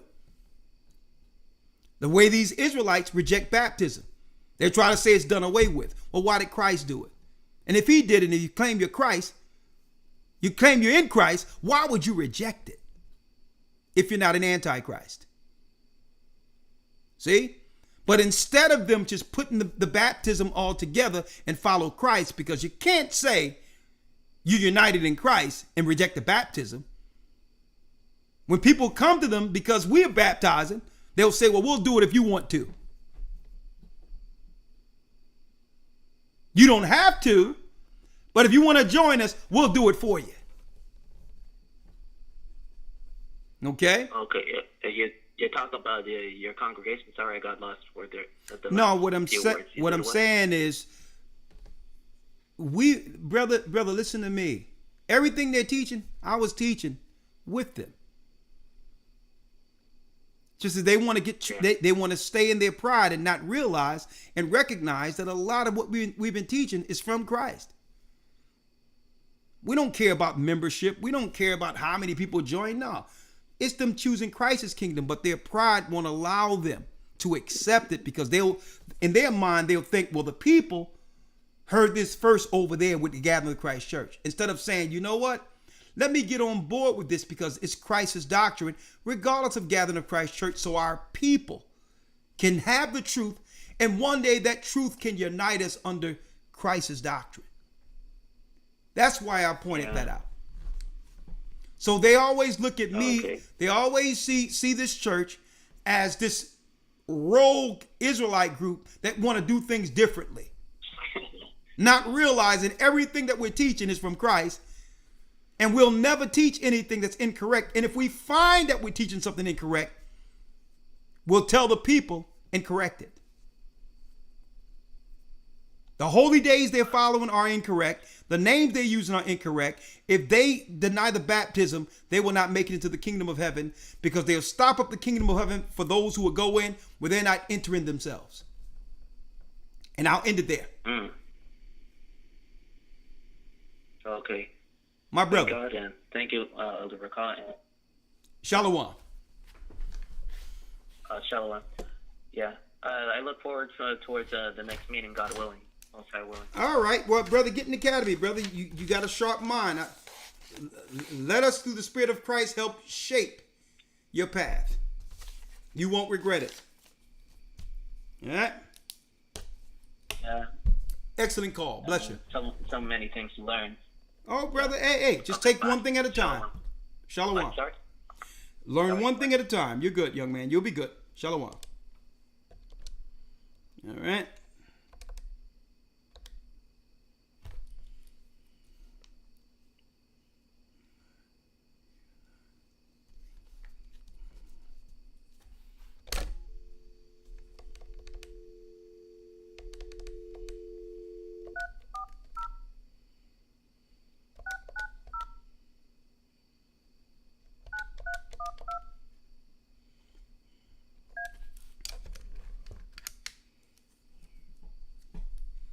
We'll end it with this one right here, Elder Lloyd.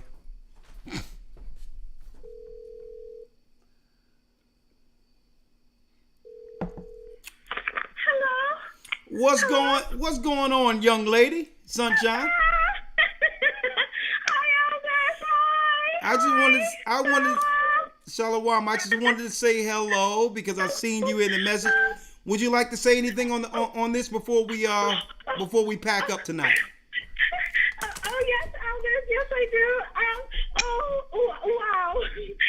From past to present, we see the same hunting tactics from Babylon and Nimrod's head to America. The worldwide deception is so unreal that if it were possible, they would in these last days be able to deceive the very elect, from identifying as person to animal, male to female, or female to male, false transformations of all kinds based on lies and deceit of the heart, many choosing to call evil good and good evil, and with the magic and media wand before us, the masses receive and gladly believe the changing tide of what the love of the world is supporting, or what is it is denouncing. And because the love of the world is so pushed and nursed in the earth, godlessness abounds, and it manifests in all the sins done in the earth: lying, stealing, backbiting, envying, striving, murder from the beginning, and the like. And those who claim to be the guards of the gospel of Christ are even more wearied and weakened, and now with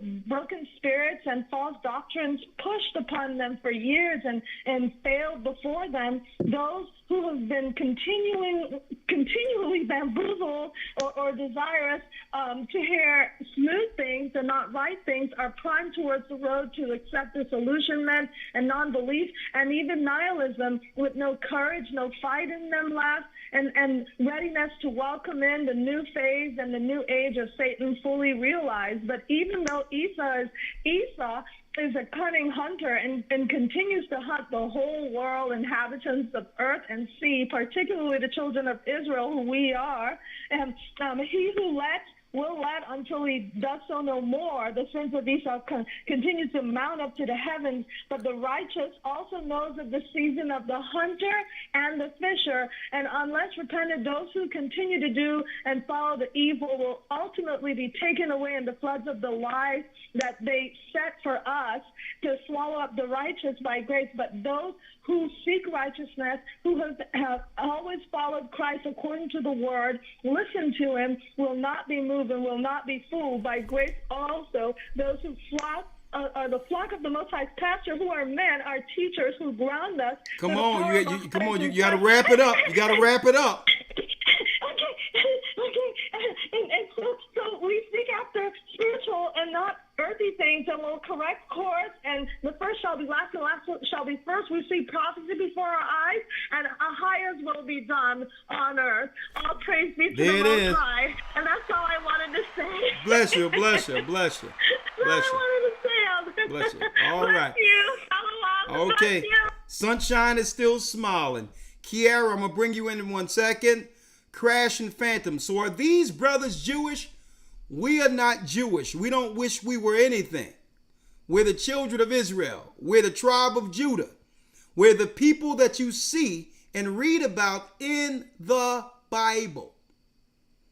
The black Americans, the blacks who ran into Africa, Western Africa, are in fact, that's right, through genealogy, the lost tribes of Israel.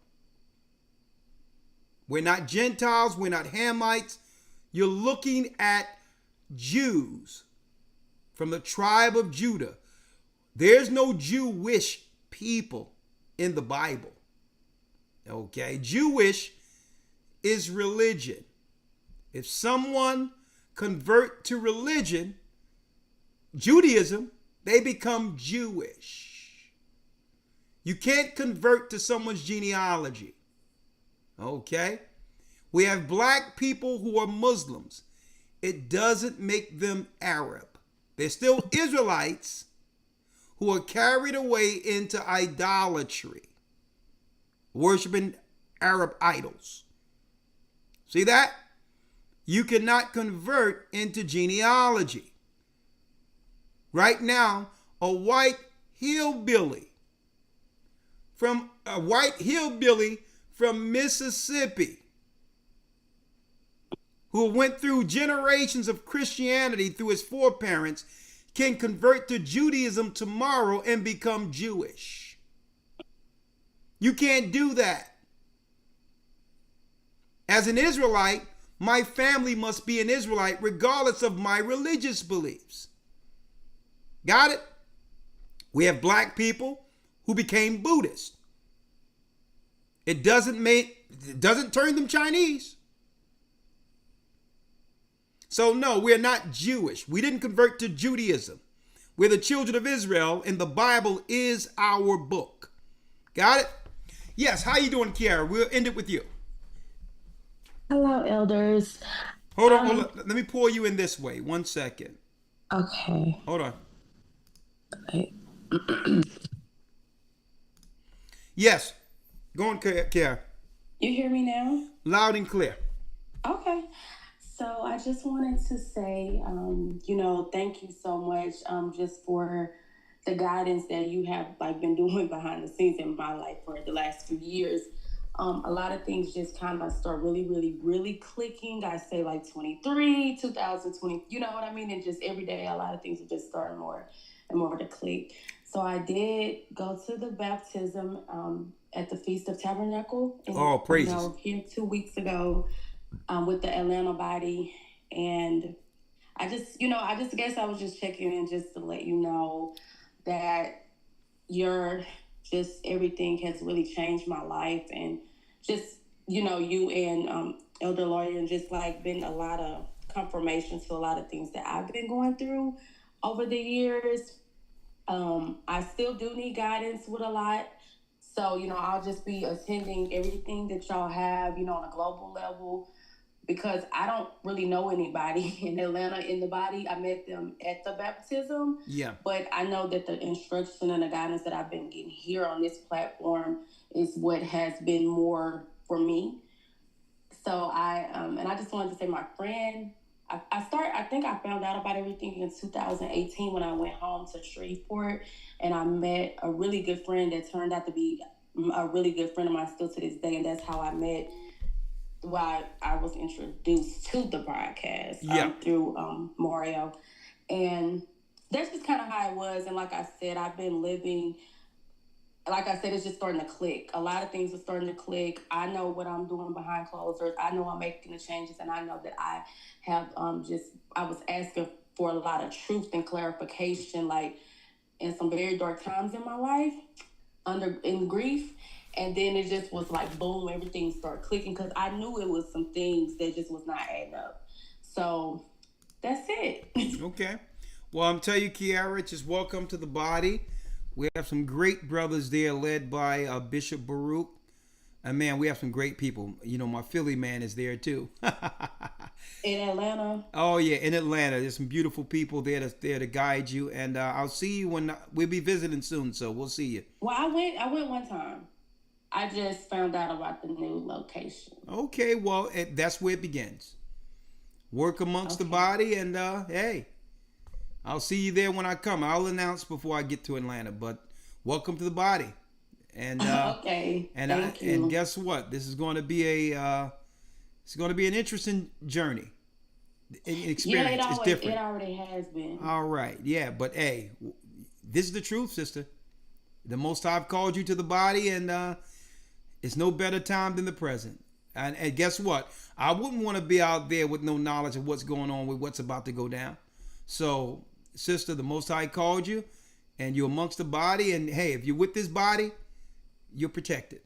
So you think I do need to go more to the location? Absolutely. Because I've been. Absolutely. I don't really like dealing with a lot of people. Sister, listen. Absolutely. Because at the end of the day, when it comes to protection and certain things that are going on, you don't want to be unfamiliar when things go down. And now we have to worry about who to take care of, who to actually give certain things to. People are going to deal with who they're familiar with. So you have to build. Absolutely. You still need to build a rapport with them, even if you can't come every day. They got to know who you are. Every week, they have to know who you are. Okay. Right. He baptized me. Okay. And then I went twice in baptisms, but it's not consistent. But I would definitely try to get there. Yeah, Saturday. Just try to be there on Sabbaths and show your face. And I've never went to a Sabbath and didn't get something out of it. I never regretted it. Usually some type of revelation, some understanding comes every time we come together on Sabbath. So you don't want to miss that. All right? Okay, well, I did order a calendar, so I'm just looking forward to staying on track. Okay. Just, where I'm at. So. All right. Well, thank you. Well, thank you, sister, and welcome to the body. Okay. All right. Shalom. All right, brothers and sisters, go to historytimes.org to enroll. And yes, there was no rapture. There will be no rapture. But guess what? You become a part of Christ's body. And when he returns, that's right, those that remain will meet him in the air on the way back here. We are the children of Israel, and yes, we are back. Thank you, Elder Lawyer. You get some rest this evening, brother. Yes, sir. Thank you. All right. That concludes it. Go to historytimes.org to enroll. Week 4 of your Hebrew and Bible Academy. We will be going into who is Edom. And folks, that's right, folks. They deal with Canaanite Babylonian worships. And I'm going to tell you, it's some weird stuff Edomites deal with behind closed doors in their worships. And we're going to be exposing it this Sunday on the Hebrew and Bible Academy. Someone claimed that there's a rise in white Christian nationalism. Don't believe the hype. It's all media generated. The average white person out here in the United States or in the world is just trying to work and feed their family. They're not concerned with none of this crap. It's all politically driven. All right? They only can draw the low vibrational people who seek validation through politics into these particular, into these political arenas to fight one another, okay? There's no rise of white nationalism. All these are media tactics to draw low vibration whites and low vibration blacks into some type of battle that will lead to most people coming out. And that's what the government of the earth want. They want you to get out so that they can justify using their armies against you. Don't believe the hype. Shalom. Have a good evening. May the Most High stay with you. Stay prayed up. Sin not. We will soon see Israel. And I'll see you this Friday on Patreon. And we will see you in the academy this Sunday. And keep in mind, the Most High is calling back Israel. We are the children of Israel. Yeah, we are. We've always been. And yes, we are back. Good evening. The Arabs and Africans told us, at gunpoint, together our wives and children then sold us. In the belly of these great ships we traveled in fear. By the rivers of Babylon we found our brothers here. Together us in Colombia, Reuben from Australia, Issachar, the Mexicans, from Israel, the Negroes, Benjamin, the West Indians, Levi, the Haitians, our highest gathering in Israel.